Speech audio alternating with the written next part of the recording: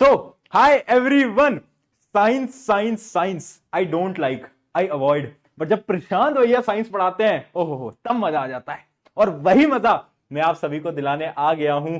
आप सबने इतनी रिक्वेस्ट करी कि भैया क्लास 10th को तो आप पढ़ाते हो, हमारे सीनियर्स आपसे पढ़ रहे हैं, बोर्ड एग्जाम के अंदर फोड़ रहे हैं, हमें कब पढ़ाओगे, क्लास 9 को कब पढ़ाओगे। तो मेरे दोस्त, आप किसी चीज की डिमांड करो और मैं ना मानूं, ऐसा तो हो नहीं सकता ना यार। तो तुम्हारे लिए इस चैनल के ऊपर आज से शुरू कर रहे हैं क्लास 9 के हर एक चैप्टर के एक्सप्लेनेशन वन शॉट वीडियो। अब देखो, ये जो है ये वन शॉट सेशन रहने वाला है, बट इसके अंदर एनसीईआरटी की हर एक लाइन कवर कराऊंगा, ऐसे समझाऊंगा कि साइंस से प्यार हो जाएगा। फिर बोल रहा हूं, आज तक साइंस चाहे तुम्हें कितनी ही बोरिंग लगती हो, हम नए तरीके से पढ़ते हैं साइंस को, ऐसे तरीके से पढ़ेंगे तुम बोलोगे यार भैया साइंस में क्या मजा आता है, मजा आ जाता है पढ़ने में, ठीक है। और उसी के साथ पहले चैप्टर की शुरुआत कर रहे हैं, हमारा बायोलॉजी का लेक्चर नंबर 1 जो कि है फंडामेंटल यूनिट ऑफ लाइफ। इससे हम आज शुरुआत कर रहे हैं। आप कमेंट में मुझे जरूर बताना अगला चैप्टर आपको कौन सा चाहिए। अब देखो, साइंस की भी जिम्मेदारी मैंने ले ली है, टेंशन मत लो, सब कुछ कराऊंगा, ध्यान से कराऊंगा और परफेक्ट तरीके से बताऊंगा। साइंस में एक नंबर नहीं घटेगा, बस जितनी चीजें मैं बता रहा हूं उतनी चीजें बस तुम फॉलो करते रहना, ठीक है। और आज के सेशन को स्टार्ट करते हैं विद एक इंपॉर्टेंट लाइन। ये लाइन ना मैं अपने हर एक स्टूडेंट को बताता हूं, शायरी है। शायरी इस प्रकार है, मुस्कुराएं हमेशा छुपाएं गम, मुस्कुराएं हमेशा छुपाएं गम, उन्हें तो वक्त बताएगा कौन है हम। तो वो जो लोग जो तुमसे बोलते रहते हैं कि तुम्हारे साथ कुछ नहीं हो पाएगा, ये तो पढ़ने में बेकार है, ये तो कुछ नहीं कर पाएगा, उन लोगों को वक्त जवाब देगा, तुम बस मेहनत लगाते जाओ, ठीक है। तो स्टार्ट करते हैं पहला हमारा लेक्चर। देखो, एक दो चीजें मैं आपको बता देता हूं, करना क्या है। ये जो लेक्चर है, इसकी जो स्लाइड्स हैं, ये जो नोट्स हैं, ये नोट्स आपको डिस्क्रिप्शन में मिल जाएंगे या फिर टेलीग्राम ज्वाइन कर लेना, वहां मिल जाएंगे। दूसरी चीज, एक रफ नोटबुक लेकर बैठो। रफ नोटबुक क्यों? क्योंकि देखो, नोट्स अब साथ साथ में इतना टाइम नहीं होगा कि आप एक एक सारी लाइनें लिख लो, वो तो आप नोट्स बाद में डाउनलोड करके लिख लेना, बट जो चीज मैं बताऊंगा उसको रफ में नोट करना, ताकि आपके दिमाग के अंदर वो चीजें जल्दी जाएंगी। क्योंकि बच्चे बोलते हैं भैया चैप्टर मुश्किल है, बट मैं नहीं मानता। मैं बोलता हूं सबसे रद्दी चैप्टर है, मैं बोलता हूं सबसे रद्दी चैप्टर है। आज देखना कैसे कहानी से पढ़ेंगे, सेल वैक्यूल्स वगैरह सब एकदम प्यारे तरीके से पढ़ लेंगे, ठीक है। तो एक रफ कॉपी आपको लेकर बैठनी है। इसके अंदर हम क्वेश्चंस भी करेंगे, प्रीवियस ईयर के क्वेश्चंस जो कि डिफरेंट डिफरेंट स्कूल्स के अंदर आते हैं, वो क्वेश्चंस भी साथ साथ में डिस्कस करते जाऊंगा। जहां पर मैं बोलूं इंपॉर्टेंट, तो सोच लेना वो क्वेश्चन तुम्हारे पेपर के अंदर आएगा, ठीक है। तो चलो स्टार्ट करते हैं फटाफट से। टॉपिक्स क्या क्या पढ़ने वाले हैं। अच्छा, मैं आपको एक चीज बताने भूल गया। अगर आप एक ऐसे स्टूडेंट हो जो कि मुझे नहीं जानते, आज तक आप नहीं जानते प्रशांत भैया कौन है, तो पहली चीज मैं बता देता हूं, मेरा पूरा नाम है प्रशांत किराड़। एक एग्जाम होता है आईआईटी जेई का, जिससे कि आईआईटीज के अंदर एडमिशन मिलता है, वो मैंने क्रैक करा हुआ है। पिछले 4 साल से मैं class 10th, class 11th, class 12th JEE के स्टूडेंट्स को पढ़ा चुका हूं। क्लास 9th की क्लास पहली बार यूट्यूब के ऊपर ले रहा हूं, ऑफलाइन वगैरह में पढ़ाया, बट यूट्यूब के ऊपर हम पहली बार क्लास 9 को आज से पढ़ाना स्टार्ट कर रहे हैं। तो आप मुझ पर बिल्कुल भरोसा कर सकते हो और मुझे प्रशांत सर बोलने की जरूरत नहीं है, ठीक है। मैं आपका भैया हूं, ठीक है। क्यों? क्योंकि यहां पर सिर्फ पढ़ाऊंगा नहीं, चीजों को समझाऊंगा, रटाऊंगा नहीं, समझाऊंगा, इस वजह से मैं आपका भैया हूं, ठीक है। तो हमें बोलते हैं प्यार से प्रशांत भैया। चले शुरू करते हैं एक एक करके। Introduction to cell, cell theory, सब कुछ पढ़ेंगे। लास्ट टॉपिक होगा सेल डिवीजन। यहां से लेकर यहां तक एकदम क्लियर, क्रिस्टल क्लियर रहने वाला है। शुरुआत करते हैं भैया। ये सेल क्या है? जैसे ही सेल बोलते हैं ना, तो हमारे दिमाग में आता है क्या? रिमोट वाला सेल। दिखाता हूं, रुको रुको रुको रुको, ये वाला सेल, ये याद आ जाता है ना कि भैया एक सेल होता है जो कि हम रिमोट में लगाते हैं, एसी वगैरह, टीवी वगैरह ऑन कर देते हैं, इस टाइप का सेल हमें याद आ जाता है। बट ये वाले सेल की बात नहीं कर रहा, मैं बात कर रहा हूं हमारी बॉडी जिस सेल से बनी है। अब तुम्हारे मन में एक डाउट आ गया कि भैया केमिस्ट्री के अंदर तो बताया था कि ना सारा जो भी चीजें हैं वो एटम से बनी होती हैं, बताया ना एटम से बनी होती हैं। अब आप कह रहे हो सेल से बनी होती हैं, ये क्या बात हुई? मेरी जान सुन, ये जो पेन है, जितनी भी नॉन लिविंग चीजें हैं ना, वो सब एटम से बनी है। बट जितनी भी लिविंग चीजें हैं, जैसे कि आप, मैं, पेड़ पौधे, पक्षी, सब कुछ, ये सब सेल से बने हैं, सेल से बने हैं, ठीक है। तो इसलिए हम सेल को बोलते हैं फंडामेंटल यूनिट ऑफ लाइफ। अब एक चीज यहां पर बड़ी इंपॉर्टेंट है, मैं एक बड़ी ही इंपॉर्टेंट चीज आपको अभी बताने वाला हूं, ध्यान से सुनना। देखो, यहां पर एक लाइन लिखी हुई है। क्या लाइन लिखी हुई है? Fundamental unit of life. Directly question आता है एग्जाम्स के अंदर, स्कूल एग्जाम्स के अंदर, why cell is called fundamental unit of life. क्यों बोलते हैं सेल को? आंसर भी बड़ा सिंपल है, क्यों? क्योंकि जितनी भी चीजें हैं सेल से ही बनी है। आप और मैं जो खड़े हैं, हम सेल से बने हैं। अब आप पूछोगे भैया कैसे बने हम सेल से? समझाता हूं। एक बड़ी ही इंपॉर्टेंट साइकिल है, इस इंपॉर्टेंट साइकिल को ध्यान से देखना। जब नंबर ऑफ सेल्स कंबाइन होते हैं, जब सेल्स एक साथ आते हैं तो वो टिश्यूज को बनाते हैं। किसको बनाते हैं? टिश्यूज। सेल्स मिले टिश्यूज बनाते हैं। पहली बता रहा हूं, ये जो टॉपिक है ये बड़ा इंपॉर्टेंट है, 10th में भी काम आएगा, ठीक है। सेल मिले टिश्यूज बनाया, टिश्यू मिले ऑर्गन्स बनाए। ऑर्गन्स, किडनी, किडनी जिस किडनी को बेच के तुम आईफोन लेने के ख्वाब देखते रहते हो, वही वाली किडनी भैया, हाँ किडनी है ना। ऑर्गन्स बनाए, और ऑर्गन्स ने मिलकर क्या बनाया? ऑर्गन सिस्टम बनाया। जैसे कि अलग अलग सिस्टम होते हैं, एक्सक्रीटरी सिस्टम होता है, बहुत अलग अलग टाइप के सिस्टम होते हैं, और ऑर्गन सिस्टम ने कंबाइन करके बनाया ऑर्गेनिजम्स, जैसे कि तुम, मैं और पेड़ पौधे पक्षी। समझ पाए? तो सेल क्या होता है? Fundamental unit of life. Cell से ही सब कुछ बना है, आप में हर एक चीज सेल से बनी है। तो याद रखना, why cell is called fundamental unit of life. क्यों? क्योंकि entire functioning of living organism begins from basic unit called cell. जितनी भी हमारी फंक्शनिंग है, जो भी हम हैं, वो सेल से बनते हैं, इसलिए इसको फंडामेंटल यूनिट ऑफ लाइफ बोला जाता है। अब एक और बड़ी इंपॉर्टेंट चीज, एनसीईआरटी के अंदर एक लाइन लिखी है, और उसी लाइन पे आपके जो टीचर्स है ना, वो आपको एग्जाम के अंदर क्वेश्चन दे देंगे और तुम सोचोगे यार ये तो पढ़ा ही नहीं। मैं आज बता देता हूं। एक लाइन लिखी है कि cell is called building block of life. Why? क्यों? क्यों बोला जाता है बिल्डिंग ब्लॉक? मैं बताता। देख, बिल्डिंग ब्लॉक का क्या मतलब है? एक छोटा सा ब्लॉक है, उस ब्लॉक को तू जोड़ते जा, जोड़ते जा, जोड़ते जा, जोड़ते जा, एक बिल्डिंग बन जाएगी, है ना? है ना? यही करते हैं ना। सिमिलरली एक सेल को तुम जोड़ते जाओ, जोड़ते जाओ, जोड़ते जाओ, जोड़ते जाओ, तो टिश्यूज बन जाएंगे। टिश्यूज को जोड़ते जाओ, ऑर्गन बन जाएगा। Organ, organ system human being या फिर ऑर्गेनिज्म। इस वजह से सेल को क्या बोलते हैं? Building blocks. तो याद रखना, अ सेल कैन रेप्लिकेट। सेल अपनी 2 कॉपी बना सकता है, जैसे कि चिंटू लाल ने कॉपी बनाई, मिंटू लाल ने कॉपी बनाई। जैसे कि तुमने देखा होगा एग्जाम के अंदर, एक वो आपका एक स्टूडेंट होता है आपकी क्लास के अंदर, जो कि ना अपने सामने वाली की कॉपी पूरी की पूरी चीटिंग करता है। जब टीचर देखते हैं यार इसने भी सेम आंसर लिखा है, तूने भी सेम आंसर लिखा है, और ये लोग पकड़े तब जाते हैं जब दोनों के आंसर गलत निकलते हैं। टीचर बोलते हैं दोनों ने गलत आंसर लिखे, वो भी सेम, तब ये लोग पकड़े जाते हैं ना। तो क्या है? कॉपीज को रेप्लिकेट करते हैं। सिमिलरली सेल क्या करता है? खुद को रेप्लिकेट करता है। इस वजह से सेल बोला जाता है बिल्डिंग ब्लॉक ऑफ लाइफ। क्या ये पॉइंट क्लियर है? अरे समझ आ रहा है क्या? अरे यहां जा रहा है क्या यार? बता यार, दिमाग है? बिल्कुल है यार भैया, ऐसे क्या बात कर रहे हो यार? ठीक है, बहुत बढ़िया, बहुत बढ़िया, बहुत बढ़िया। आगे बढ़ते हैं फटाफट से। अब सेल की थोड़ी हिस्ट्री पढ़ते हैं, बट उससे पहले आपका जोश मीटर कितना है? जोश मीटर एक ऐसा मीटर है जो कि बताएगा आपका एनर्जी लेवल कितना है। तो आपका एनर्जी लेवल क्या है वो अभी मुझे बता दो, 100 में से कितना है एनर्जी लेवल। चलिए अब बात करते हैं कि जो हमारा सेल है ना, इसकी डिस्कवरी कहां से हुई? सेल की आखिर डिस्कवरी किसने करी? क्या बोला? तो एक नाम है, एक साइंटिस्ट का नाम है रॉबर्ट हुक। क्या है? Robert Hooke. अब देखो, पुराने जमाने में ना रॉबर्ट नाम बड़ा ट्रेंडिंग पे था। जैसे आज के समय पर आर्यन, नेहा, ये नाम बड़े ट्रेंडिंग है ना, तो उस टाइम पर रॉबर्ट नाम बड़ा ट्रेंडिंग था। तो जो भी साइंटिस्ट होता सब अपना नाम रॉबर्ट रख लेते हैं, ठीक है।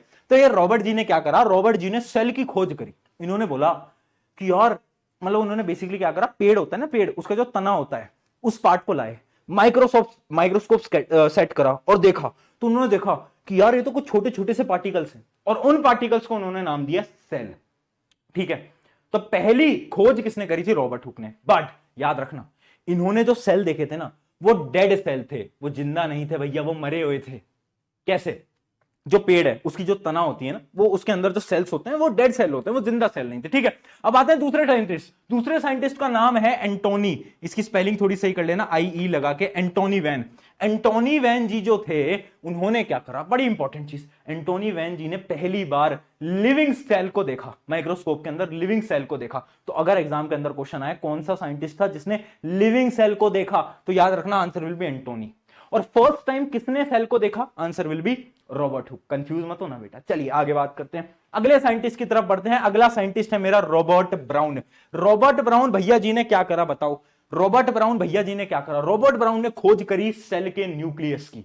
न्यूक्लियस क्या होता है? Brain of the cell. अभी कंफ्यूज मत हो भैया, यार ये न्यूक्लियस तो आपने बताया नहीं, बताऊंगा, सब कुछ बताऊंगा, भरोसा रख। आगे बढ़ते हैं, अगला है मेरा परकिंजी। ये ध्यान से देखना, परकिंजी ने खोज करी प्रोटोप्लाज्म की। प्रोटोप्लाज्म क्या होता है? Living part of the cell. भैया अब आप ये प्रोटोप्लाज्म भी नहीं पढ़ाया। अरे पढ़ाऊंगा ना यार, रुक तो जा, सबर तो रख, बस इतना याद रखना, protoplasm is living part of the cell. बहुत बढ़िया, बहुत बढ़िया।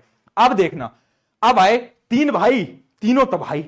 तीन भाई तीनों तबाही, मतलब एक्चुअली में तीन भाई नहीं थे, बट तीन लोग थे जिन्होंने मिलके सेल की थ्योरी दी, जिन्होंने बताया कि एक्चुअली में सेल है क्या, कैसे एग्जिस्ट करता है, सब कुछ बताया सेल के बारे में, जिसको हम बोलते हैं cell theory. Double star mark कर लेना, बार बार पेपर के अंदर क्वेश्चन आता है, एक्सप्लेन सेल थ्योरी। अब देखना, पहले साइंटिस्ट थे हमारे स्क्लेडन, है ना। अब ये जो स्क्लेडन थे ना, ये आए और इन्होंने बोला कि यार जितने भी पेड़ पौधे हैं ना, all plants are made up of cell, इन्होंने बोला।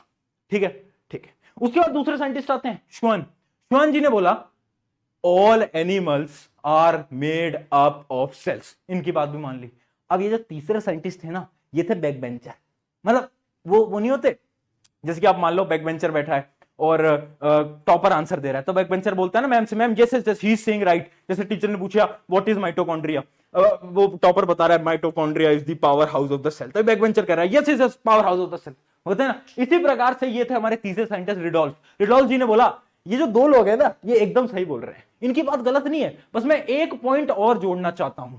इन्होंने एक पॉइंट जोड़ा कि एक सेल बाकी और सेल्स को बना सकता है, मतलब एक सेल डिवाइड होके और नए सेल्स को बना सकता है, जिसको हम बोलते हैं सेल डिवीजन, ये इन्होंने बोला। तो सेल थ्योरी के 3 पॉइंट्स याद रखना। पहला पॉइंट है all living organism are composed of cell, सारे लिविंग ऑर्गेनिज्म सेल से बने होते हैं। दूसरा पॉइंट क्या है देखना, दूसरा पॉइंट है all living organism could be made up of 1 और मोर सेल, जितने भी ऑर्गेनिज्म है या तो एक सेल से बने या तो एक से ज्यादा सेल से भी बन सकते हैं। थर्ड पॉइंट क्या है, the new cells arise from pre existing cells through the process of cell division. Cell division की मदद से नए सेल्स जनरेट होते हैं, किससे, पुराने सेल्स से। क्या है पॉइंट क्लियर, ये क्या है, सेल डिवीजन, है ना। तो ये 3 जो थे सेल थ्योरी के इंपॉर्टेंट पॉइंट हैं, पेपर में सवाल दिखेगा, याद रखना। 3 भाई तीनों तो भाई, बहुत बढ़िया बेटा, ऐसे बस हमें ऐसे याद कर लेंगे, ज्यादा मुश्किल कहां है ना। समझ आ रहा है, मजा आ रहा है, बहुत बढ़िया। चल बेटा आगे बढ़ते हैं, आजा आगे बढ़ते हैं। चल अब देख, सेल की खोज हो गई, सेल की थ्योरी भी लिख दी।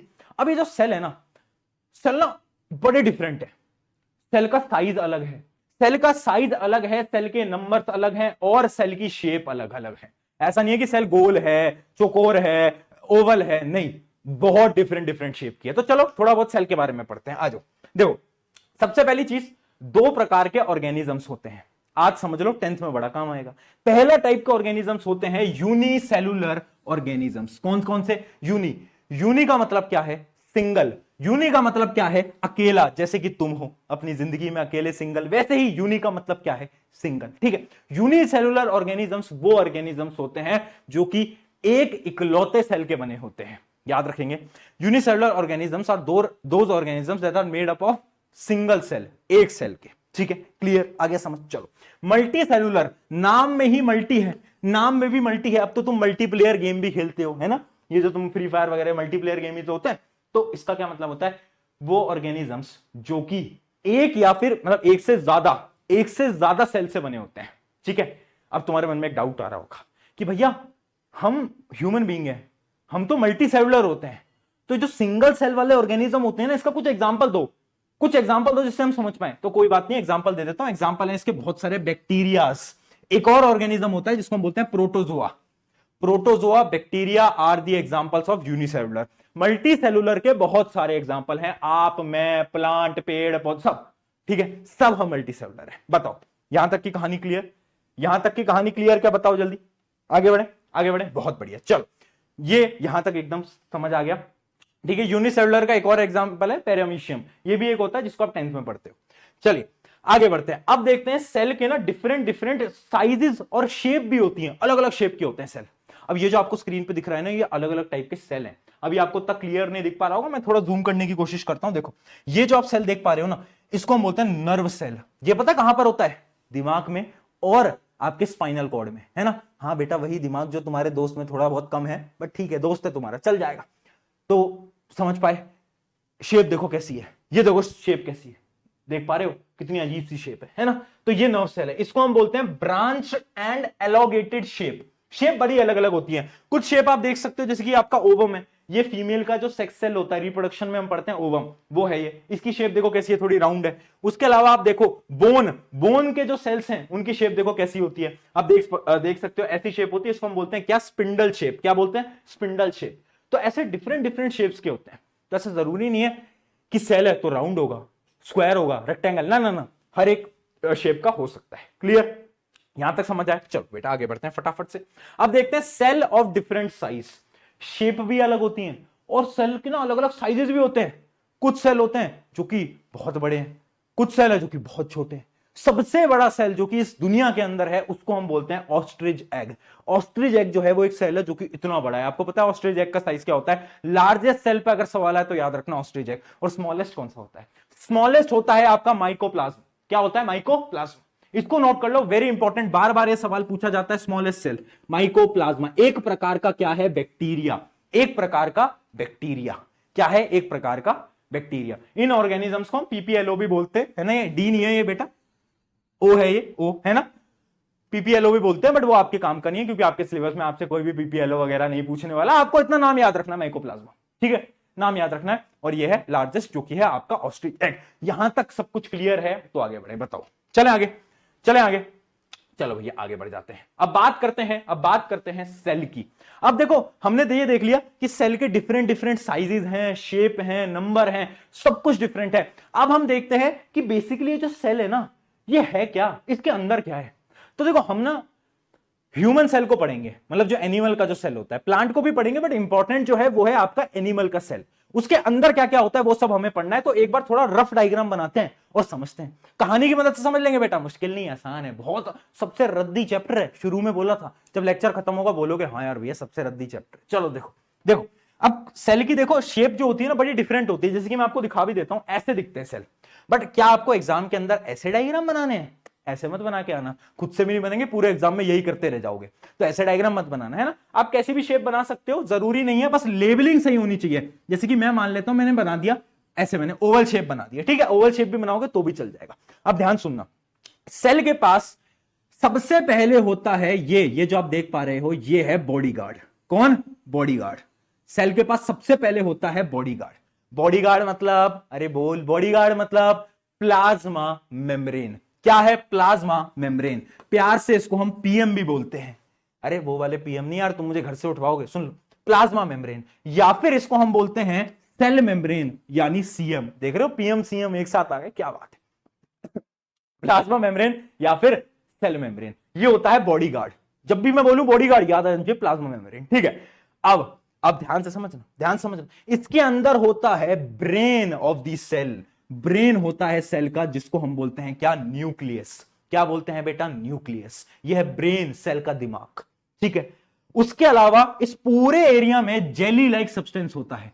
जेली लाइक सब्सटेंस होता है जिसको हम बोलते हैं साइटोप्लाज्मा। क्या बोलते हैं? साइटोप्लाज्मा, ठीक है। जेली लाइक सब्सटेंस जो कि हर एक जगह पर प्रेजेंट है। उसके अलावा इसके अंदर बहुत सारी डिफरेंट ऑर्गेनेलीज होती हैं, बहुत सारी डिफरेंट सेल ऑर्गेनेलीज होती हैं, बहुत अलग अलग प्रकार की, अलग अलग शेप की बहुत सारी ऑर्गेनेलीज होती हैं, जिनको हम बोलते हैं सेल ऑर्गेनेलीज। अब भैया ये ऑर्गेनेलीज क्या है? जैसे हमारी बॉडी के अंदर ऑर्गन्स है ना, जिनके अलग अलग काम है। किडनी का काम क्या है? आईफोन लेना? अरे नहीं, फिल्टर करना। भैया ब्लड को फिल्टर कौन करेगा? किडनी करेगी, तेरी मूर्ख बालक, है ना। तो सिमिलरली सेल के अंदर ऑर्गेनेलीज होती हैं जिनका अलग अलग फंक्शन होता है, ठीक है। वो फंक्शन भी आज हम पढ़ेंगे, टेंशन की बात नहीं है ना। अब एक होती है Z प्लस सिक्योरिटी, और Z प्लस सिक्योरिटी सबके पास नहीं होती, कुछ चुनिंदा लोगों के पास होती है।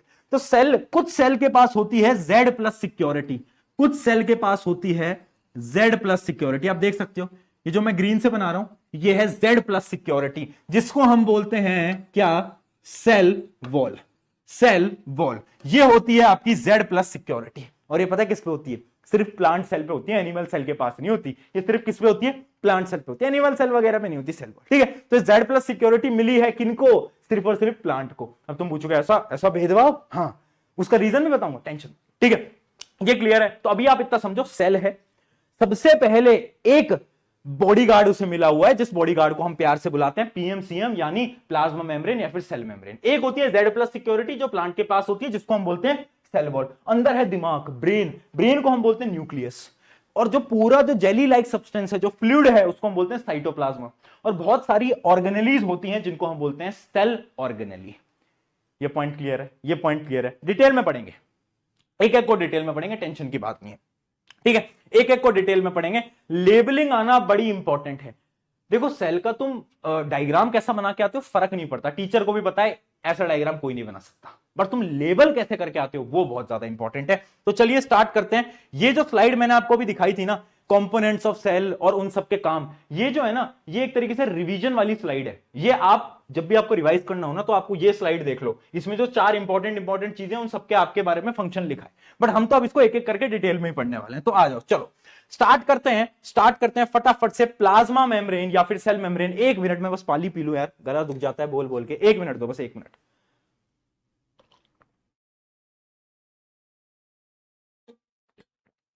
हाँ जी, करें स्टार्ट। चलो आ जाओ आ जाओ आ जाओ आ जाओ। अरे यही हूं यार, कहां गया, क्या लिख रहे हो? यही हूं बेटा, यही हूं। ठीक है, चलो देखो, plasma membrane and cell membrane, सुनना मेरी बात, वेरी इंपॉर्टेंट। देखो ये एक तरीके से बॉडी गार्ड है। तो इसका क्या काम है? इसका काम है कोई भी अंदर आएगा तो उससे पूछेगा कि ओए क्या करने जा रहा है अंदर, क्यों जाना है अंदर। और जब भी कोई बाहर आएगा उससे पूछेगा क्यों जा रहा है बाहर, क्या करना है बाहर। बॉडी गार्ड का ये काम होता है। सेल मेम्ब्रेन या प्लाज्मा मेम्ब्रेन का भी यही काम है, ध्यान रखना। Outer most covering of the cell and it separates cell content from external environment, रोक के रखता है चीजों, जो भी चीज को अंदर आना है बाहर जाना है, परमिशन किसकी लगेगी? प्लाज्मा मेम्ब्रेन की। ठीक है, और इसका ना एक निकनेम है, जैसे तुम्हारा एक नाम होगा, वैसे इसको भी हम प्यार से क्या बुलाते हैं? इसको हम प्यार से बुलाते हैं selective permeable membrane. Very important, star mark कर लो, बार बार पूछा जाता है। इसका क्या मतलब है, मैं एग्जांपल समझाता हूं। आपके क्लास के आपने टॉपर देखे, वो होता है ना कि मैम मैं ना इनके साथ नहीं बैठूंगी, इस लड़के के साथ नहीं बैठूंगी, इस लड़की के साथ नहीं बैठूंगी। वो बड़ी सेलेक्टिव है। जो टॉपर है आपके क्लास के, बड़े सेलेक्टिव है कि इधर ही जाना है, यहीं पे ही बैठना है, इसको ही दोस्त बनाना है ना, है ना। तो बड़े ही सेलेक्टिव है। उसी प्रकार से जो प्लाज्मा मेम्ब्रेन है वो भी बहुत सेलेक्टिव है। वो बोलता है कि यार भाई मैं सबको एंट्री नहीं दूंगा, कुछ सब्सटेंसेस को ही अंदर जाने दूंगा और कुछ को ही बाहर आने दूंगा, सबकी एंट्री एग्जिट नहीं जाने दूंगा मैं। समझ पाए? और इसी फीचर को हम बोलते हैं क्या? Selective permeable membrane. इसलिए हम इसको बोलते हैं सेलेक्टिव परमिएबल मेम्ब्रेन। तो फंक्शन पढ़ लेना, allows entry and exit of some material, कुछ ही मटेरियल को करता है, prevent movement of some materials, अगर कोई मटेरियल बाहर जा रहा है तो उसको भी रोक देगा कि भाई बाहर मत जा, अंदर ही रहे, है ना। तो ये सारे इसके काम हो रहे होते हैं, है ना। अब यहां पर एक टर्म आप पढ़ोगे, इस चीज को पढ़ो ध्यान से, अलाउज डिफ्यूजन ऑफ सब्सटेंस। अब एक टर्म आई डिफ्यूजन, भैया डिफ्यूजन क्या होता है अभी बताऊंगा, घबराए मत, अभी घबराए मत। अभी एक बड़ा ही इंपॉर्टेंट पॉइंट अपने रफ पेज के अंदर नोट कर ले कि ये जो होता है ना प्लाज्मा मेम्ब्रेन, ये किससे मिलकर बनी होती है? ये बनी होती है lipids and protein. Very important, star mark कर लो, very important, lipids and protein. Directly question आ जाएगा प्लाज्मा मेम्ब्रेन या सेल मेम्ब्रेन किससे बनी है? तो याद रखना लिपिड्स और प्रोटीन, इन दो चीजों से ये आपकी मेम्ब्रेन बन रही होती है सेल के अंदर। ठीक है, अब भैया डिफ्यूजन क्या है ये तो बताओ, बता रहा हूं। उससे पहले हमें समझना पड़ेगा कि भैया एक बात बताओ, आप कह रहे हो कोई चीज बाहर जा रही है, कोई चीज अंदर जा रही है, खुद से हो रहा है क्या? ये ट्रांसपोर्ट कैसे हो रहा है वही समझाने जा रहा हूं। ये ट्रांसपोर्ट को हम बोलते हैं, 2 प्रकार के ट्रांसपोर्ट होते हैं। पहला होता है एक्टिव ट्रांसपोर्ट, मतलब ये है पैसिव ट्रांसपोर्ट, और ये है एक्टिव ट्रांसपोर्ट। क्या डिफरेंस है भैया? और ये डिफरेंस भी पेपर के अंदर पूछा जा सकता है। हाँ पूछा जा सकता है। अब ध्यान से सुन ले, पैसिव ट्रांसपोर्ट क्या है, एक एग्जांपल से समझते हैं। इमेजिन करो यहां पर है बहुत सारा ऑक्सीजन, ऑक्सीजन O2 बोलते हैं ना, हम सबको पता है ना। यहां पर है बहुत सारा ऑक्सीजन, और यहां पर है कम ऑक्सीजन। यहां पर कंसंट्रेशन क्या है? हाई। यहां पर क्या है? लो। तो जब भी मूवमेंट होता है हायर कंसंट्रेशन से लोअर कंसंट्रेशन की तरफ, तब उसे हम बोलते हैं पैसिव ट्रांसपोर्ट। क्या बोल रहे हैं? पैसिव ट्रांसपोर्ट, हायर कंसंट्रेशन से लोअर कंसंट्रेशन से। इमेजिन करो आपके पास है 100 रुपए, अब कोई आए और आपसे मांग ले यार 1 रुपए दे दे, तो तुम बोलोगे ठीक है यार 1 रुपए ले ले। तो हायर कंसंट्रेशन से लोअर कंसंट्रेशन में पैसे गए तो वो क्या होगा? वो होगा पैसिव ट्रांसपोर्ट। अब भैया एक्टिव ट्रांसपोर्ट क्या चीज है? एक्टिव ट्रांसपोर्ट क्या भला है? तो देखो एक्टिव ट्रांसपोर्ट इसका एकदम उल्टा है, इसी से समझ लेते हैं। अब इमेजिन करो तुम्हारे पास है 1 रुपया और तुमसे कोई मांग ले 100 रुपया, है ना। तो पहले तो तुम टेंशन में आ जाओगे यार अब 100 रुपए कहां से लाके। बट ये जो प्रोसेस है इसमें क्या हो रहा है? लो कंसंट्रेशन से हाई कंसंट्रेशन में जा रहा है, उसको हम बोल रहे हैं एक्टिव ट्रांसपोर्ट। क्या डिफरेंस समझ में आ गया? पैसिव में हाई टू लो, एक्टिव में लो टू हाई। ठीक है, चलिए बहुत बढ़िया। पहले तो इनकी डेफिनेशन। दूसरा डिफरेंस इनका क्या है? बड़ा इंपॉर्टेंट डिफरेंस। पैसिव में एनर्जी की रिक्वायरमेंट नहीं होती, यहां पर एनर्जी की रिक्वायरमेंट होती है। ये एटीपी क्या होता है? एटीपी अभी बाद में समझेंगे। यहां पर एनर्जी की रिक्वायरमेंट नहीं होती, यहां पर होती है। एग्जांपल से याद कर लेंगे। इमेजिन कर तेरे पास 100 रुपए हैं, अब तुझसे कोई 1 रुपए मांग ले तो तुम बोलोगे यार मेरे पे 100 है, 1 दे दूंगा, क्या ही होगा, एनर्जी लगेगी नहीं लगेगी, ठीक है दे दिया। अब तुम्हारे पास 1 रुपया है और कोई तुमसे 100 मांग रहा है, अब तुम्हारी एनर्जी लगेगी, तुम सोचोगे यार पहले 100 रुपए कमाने पड़ेंगे, फिर 100 रुपए देने पड़ेंगे, है ना, टाइम लगेगा ना, तो वो क्या है, उसमें एनर्जी बहुत लगेगी, तो इसलिए एक्टिव ट्रांसपोर्ट के अंदर क्या है, एनर्जी लगती है। इस एग्जांपल से आप याद कर सकते हो। उसके अलावा ये स्लो मूवमेंट होता है, ये थोड़ा रैपिड मूवमेंट होता है ना। उसके अलावा क्या है, स्मॉल मॉलिक्यूल्स, जितने भी छोटे छोटे पार्टिकल्स होते हैं ना, जितने भी स्मॉल मॉलिक्यूल्स होते हैं वो पैसिव ट्रांसपोर्ट से ट्रेवल करते हैं, जितने बड़े पार्टिकल्स हैं, लार्ज पार्टिकल्स हैं, वो एक्टिव ट्रांसपोर्ट से जाते हैं। ठीक है, तो एक्टिव पैसिव दोनों के बीच के 4 पॉइंट का डिफरेंस क्या है, आपके भेजे के अंदर घुसा, बोल आ गया समझ, चल बहुत बढ़िया यार, इंटेलिजेंट हो गया है। ठीक है, अब इस पैसिव ट्रांसपोर्ट को थोड़ा और डिटेल में पढ़ते हैं, क्योंकि पैसिव ट्रांसपोर्ट के होते हैं 2 टाइप। अभी पढ़ा था डिफ्यूजन, हाँ जी वो पैसिव ट्रांसपोर्ट ही है। डिफ्यूजन और ओस्मोसिस 2 टाइप के होते हैं पैसिव ट्रांसपोर्ट, डिफ्यूजन और ओस्मोसिस। पहले पढ़ते हैं डिफ्यूजन, फिर पढ़ेंगे ओस्मोसिस। चलिए भैया खोलो खोलो खोलो, जल्दी आ जाओ, देखते हैं डिफ्यूजन क्या होता है। देखना बड़े ध्यान से, डेफिनेशन देखना, the process of movement of substance, solid liquid gas, solid चाहे इसमें से कट कर लो, लिक्विड और gas, from region of higher concentration to region of lower concentration. क्या बोला, डिफ्यूजन क्या है, डिफ्यूजन कुछ नहीं है। अगर कोई भी मटेरियल है, लिक्विड है, गैस है, और कुछ कुछ केस के अंदर सॉलिड भी होता है, तो सॉलिड लिक्विड गैस का जो भी मटेरियल है, जब भी उसका ट्रांसपोर्ट हायर कंसेंट्रेशन से लोअर में होगा तो उस प्रोसेस को हम बोलेंगे डिफ्यूजन। बस उस प्रोसेस को हम बोलेंगे डिफ्यूजन। क्या पॉइंट क्लियर, क्या है पॉइंट क्लियर, ये होता है आपका डिफ्यूजन। भैया फिर ये ओस्मोसिस क्या है, ओस्मोसिस क्या है, अब मैं आपको बताता हूं, पहले समझाता हूं फिर डेफिनेशन पढ़ाऊंगा, वरना तुम्हारा ये खाली हो जाएगा। सुनना, ओस्मोसिस क्या होता है, ओस्मोसिस होता है ट्रांसफर ऑफ लिक्विड। सिर्फ हम बात करेंगे यहां पर लिक्विड की, किसकी बात करेंगे, लिक्विड की। जब भी हम केवल लिक्विड की बात करें, ट्रांसफर कहां से, हायर कंसेंट्रेशन से लोअर कंसेंट्रेशन तक, जब भी हम लिक्विड की बात कर रहे हैं हायर से लोअर में, तब हम उसे ओस्मोसिस बोलते हैं। अब तुम्हारे दिमाग में सवाल आया, भैया डिफ्यूजन में सॉलिड लिक्विड गैस, उसके अंदर भी तो लिक्विड तो हो रहा था ना ट्रांसफर, तो डिफ्यूजन और ओस्मोसिस में डिफरेंस क्या है, डिफरेंस है मेरी जान, डिफरेंस समझो, डिफरेंस समझो। देखो देखो, इमेजिन करो ये सेल है, इमेजिन करो ये सेल है, ठीक है। अब यहां पर एक लिक्विड, ये लिक्विड, अब ये जो लिक्विड है वो हायर कंसेंट्रेशन से लोअर कंसेंट्रेशन तक पहुंच गया, देखो स्माइली बन गया तो हायर से लोअर के अंदर पहुंच गया सेल के अंदर, तब हम इसे बोलेंगे diffusion.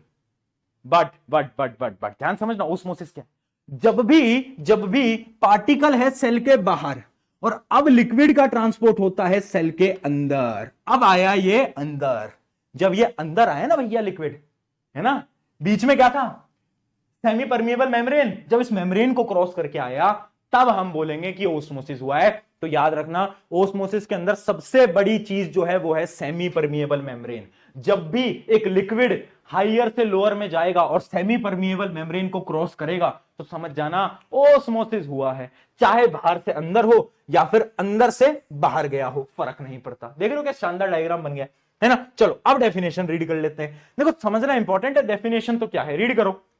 Osmosis is the passage of water molecule across a semi-permeable membrane from solution with high concentration to solution with low concentration. आया आया आया, समझ में आया, चल भाई आगे बढ़े, ओस्मोसिस आ गया। ओस्मोसिस भी 2 टाइप के हैं भैया, यार आप यार जान ले लोगे क्या, पहले बोलते हो एक्टिव पैसिव, फिर पैसिव के आप 2 टाइप बताते हो, फिर ओस्मोसिस के 2 टाइप, अब जो सिलेबस में है वो तो पढ़ाऊंगा ना यार। देख 2 टाइप के होते हैं, एंडोऑस्मोसिस और एक्सोऑस्मोसिस, ठीक है, ध्यान समझना, दोनों इंपॉर्टेंट है। देखो एंडोऑस्मोसिस के अंदर क्या होता है, process in which water molecule enters in the cell. Endosmosis का मतलब है आपका एक सेल है, जब पानी उसके अंदर आया, जब बाहर था, सोल्यूशन मतलब बाहर था, जो लिक्विड है वो बाहर था। मैंने आपको बताया था ना कि ओस्मोसिस जब बाहर से अंदर आएगा, अंदर से बाहर जाएगा, दोनों केसेस के अंदर ओस्मोसिस है। जब लिक्विड बाहर से अंदर आता है तो सेल आपका स्वेल हो जाता है, फूल जाता है, उस प्रोसेस को हम बोलते हैं एंडोऑस्मोसिस, पानी का अंदर आना, और पानी का बाहर जाना उसको हम बोलते हैं एक्सोऑस्मोसिस। एक बात बताओ, जब पानी बाहर जाएगा सेल की क्या हालत होगी, सेल बेचारा सुकड़ जाएगा, सेल श्रिंक हो जाएगा। क्लियर, बोल यार, आ गया, बहुत बढ़िया यार, है ना। तो इस डायग्राम से आप देख सकते हो, एंडोऑस्मोसिस के अंदर अंदर जा रहा है पानी और ये फूल जा रहा है, यहां पर बाहर जा रहा है और ये श्रिंक हो जा रहा है। ठीक है, चलो भैया आगे बढ़ते हैं। अब आ रहा है एक ऐसा टॉपिक जिसमें कि बच्चों को इतना डर लगता है ना। बस उस टॉपिक से पहले एक बार डिफ्यूजन और ऑस्मोसिस के डिफरेंस होते हैं, तो ये डिफरेंस कभी कभार स्कूल के पेपर के अंदर पूछ लिया जाता है कि डिफरेंस बिटवीन ऑस्मोसिस एंड आपका जो डिफ्यूजन है, तो याद कर लेना। इसके इस पूरी टेबल के अंदर से कोई भी 3 या 4 पॉइंट याद कर लो, 3 या 4 पॉइंट याद कर लेना, उतना आपके लिए सफिशिएंट है ना।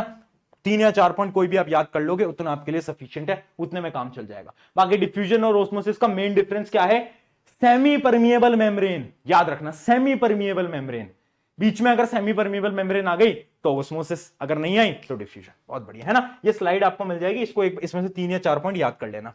अब बढ़ते हैं सबसे एक ऐसा टॉपिक जिसमें बच्चे बोलते हैं भैया यार सब समझ आ गया, बस एक टाइप ऑफ सॉल्यूशन समझ नहीं आते। स्कूल के अंदर पढ़ाया था हाइपरटोनिक, हाइपोटोनिक, आइसोटोनिक। भैया यार आप समझाते, मैं समझाता हूं। देख, हाइपर बोलते हैं ना कि एक बच्चा हाइपर इंटेलिजेंट है, इसका क्या मतलब है? बहुत ज्यादा।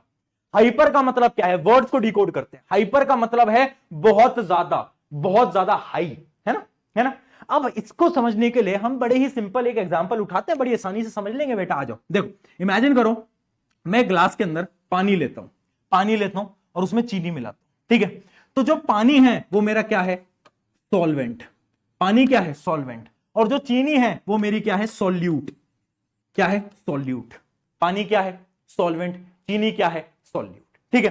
अब ले लो, मैंने यहां पर बहुत सारा पानी लिया, है ना, मैंने यहां पर बहुत सारा पानी लिया और उसके अंदर मैंने चीनी मिलाई, चीनी मिलाई, चीनी मिलाई, चीनी मिलाई। अब चीनी मिल गई और मैंने बहुत सारी चीनी मिला दी, मतलब सॉल्यूट की जो मात्रा है, क्वांटिटी है, वो बहुत ज्यादा हाई है।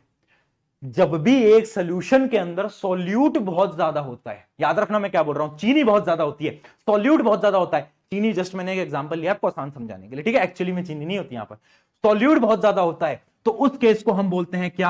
हाइपरटोनिक। हाइपरटोनिक। क्या ये बात गई भेजे में? गई। हाइपरटोनिक क्या हुआ?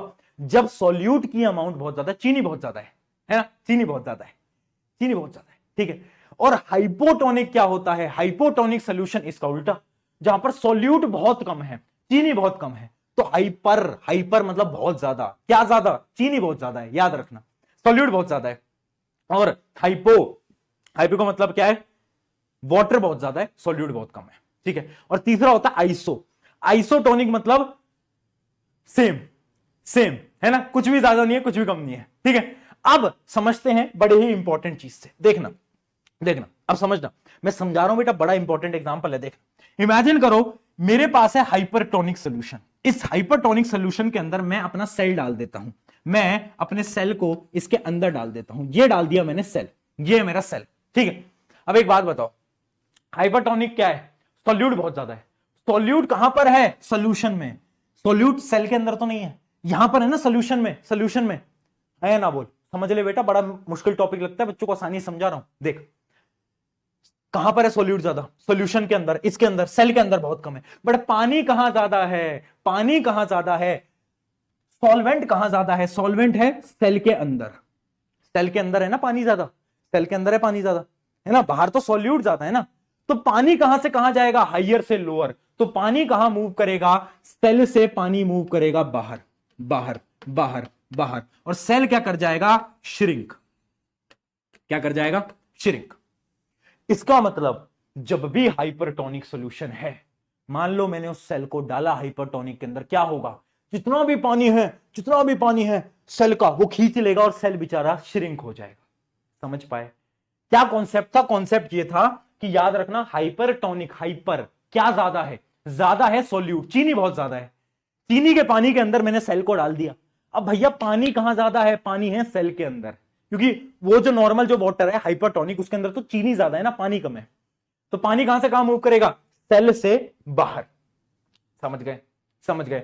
अब देखना इसका दूसरा एग्जांपल जो कि है हाइपोटोनिक। अब इमेजिन करो, इमेजिन करो ये है मेरा हाइपोटोनिक। अब इमेजिन करो ये है मेरा हाइपोटोनिक। हाइपोटोनिक का मतलब क्या है? सॉल्यूट बहुत कम है, सॉल्यूट ना के बराबर है। तो ये जो सॉल्यूशन है इसके अंदर सॉल्यूट नहीं है, बट सेल के अंदर थोड़ा बहुत सॉल्यूट तो है, थोड़ा बहुत सॉल्यूट तो है। तो अब सॉल्वेंट की मात्रा कहां ज्यादा, पानी की मात्रा कहां ज्यादा है? बताओ। पानी की मात्रा है बाहर, यहां पर बाहर, पानी की मात्रा है बाहर ज्यादा, पानी बाहर ही है ना ज्यादा। तो हाइपोटोनिक के अंदर क्या होता है, पानी बाहर से अंदर जाता है और सेल क्या हो जाता है, स्वेल कर जाता है। याद रखना, याद रखना, हाइपर के अंदर, हाइपरटोनिक के अंदर सेल श्रिंक कर जाता है, हाइपो के अंदर सेल स्वेल कर जाता है। अब अगर ये फिर भी समझ नहीं आए, ट्रिक बता देता हूं। ये ट्रिक होती है उन बच्चों के लिए जो जिनको कुछ समझ नहीं आता है, उनको ट्रिक बता देता हूं। देखो, बड़ी थोड़ी सी अजीब सी ट्रिक है, याद कर लेना। मैं जैसे अपने टाइम पे करता था, हाइपो, हाइपो से वो हिप्पोपोटामस होता है ना, हिप्पोपोटामस, हिप्पोपोटामस कैसा होता है, मोटा होता है ना। हिप्पोपोटामस कैसा होता है, मोटा होता है। तो जब भी हाइपोटोनिक सोल्यूशन है, मतलब हिप्पोपोटामस है, तो सेल क्या हो जाएगा, सेल मोटा हो जाएगा, सेल बड़ा हो जाएगा। तो इस तरीके से आप याद कर सकते हो, जब भी हाइपोटोनिक सोल्यूशन है तो जो मेरा सेल है वो स्वेल कर जाएगा, और फिर तो हाइपर तो ऑटोमेटिकली याद हो जाएगा कि हाइपर के अंदर श्रिंक हो जाएगा। भैया आइसोटोनिक के अंदर क्या होगा, तो देखो ये जो तीसरा था आइसोटोनिक, इसके अंदर कुछ नहीं होता, कोई मूवमेंट नहीं होती। तो याद रखना इसके अंदर नो मूवमेंट, इसके अंदर जो नेट मूवमेंट होती है वो जीरो होती है। तो सेल जितना था उतना ही रहता है आइसोटोनिक के अंदर। बताओ यहां तक क्लियर है? जल्दी बताओ, मैं जब तक पानी पी लूं, मैं पानी पी लूं बेटा, ये बताओ जल्दी। क्लियर?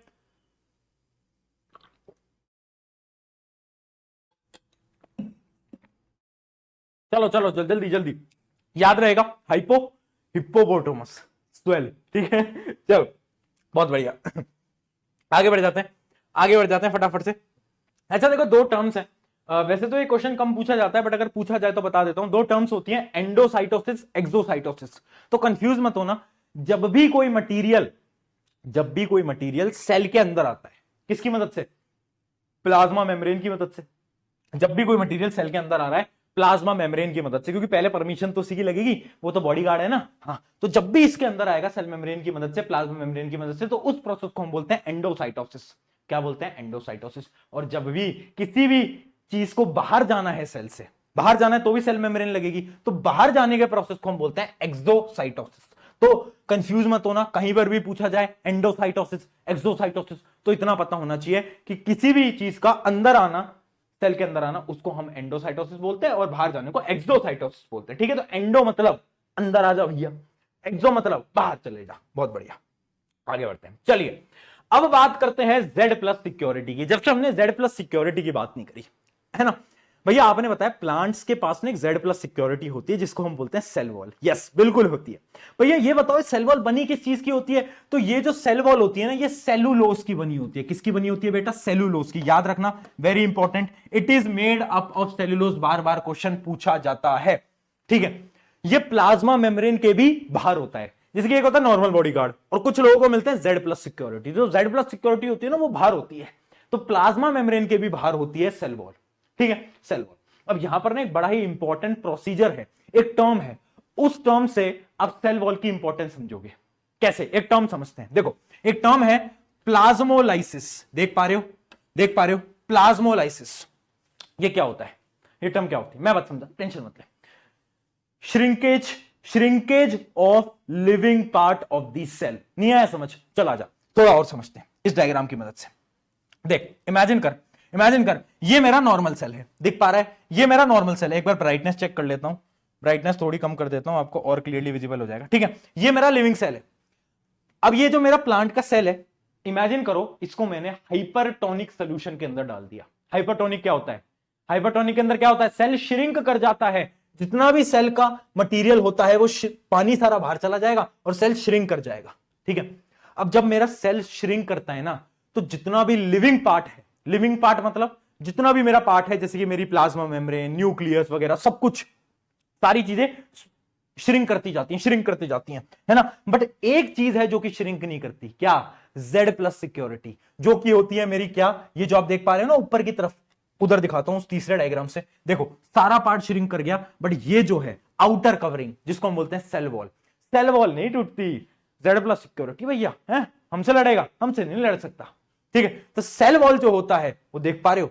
तो सेल वॉल का मेन काम क्या है, सेल वॉल का मेन काम है प्लांट के सेल को रिजिड बनाना, ताकतवर बनाना, शक्ति देना। तो क्या आप मेंटेन करती है, rigidity of the cell, cell को रिजिड बनाती है। समझ पाए, समझ पाए। प्लाज्मोलाइसिस क्या है, shrinkage of living part of the cell.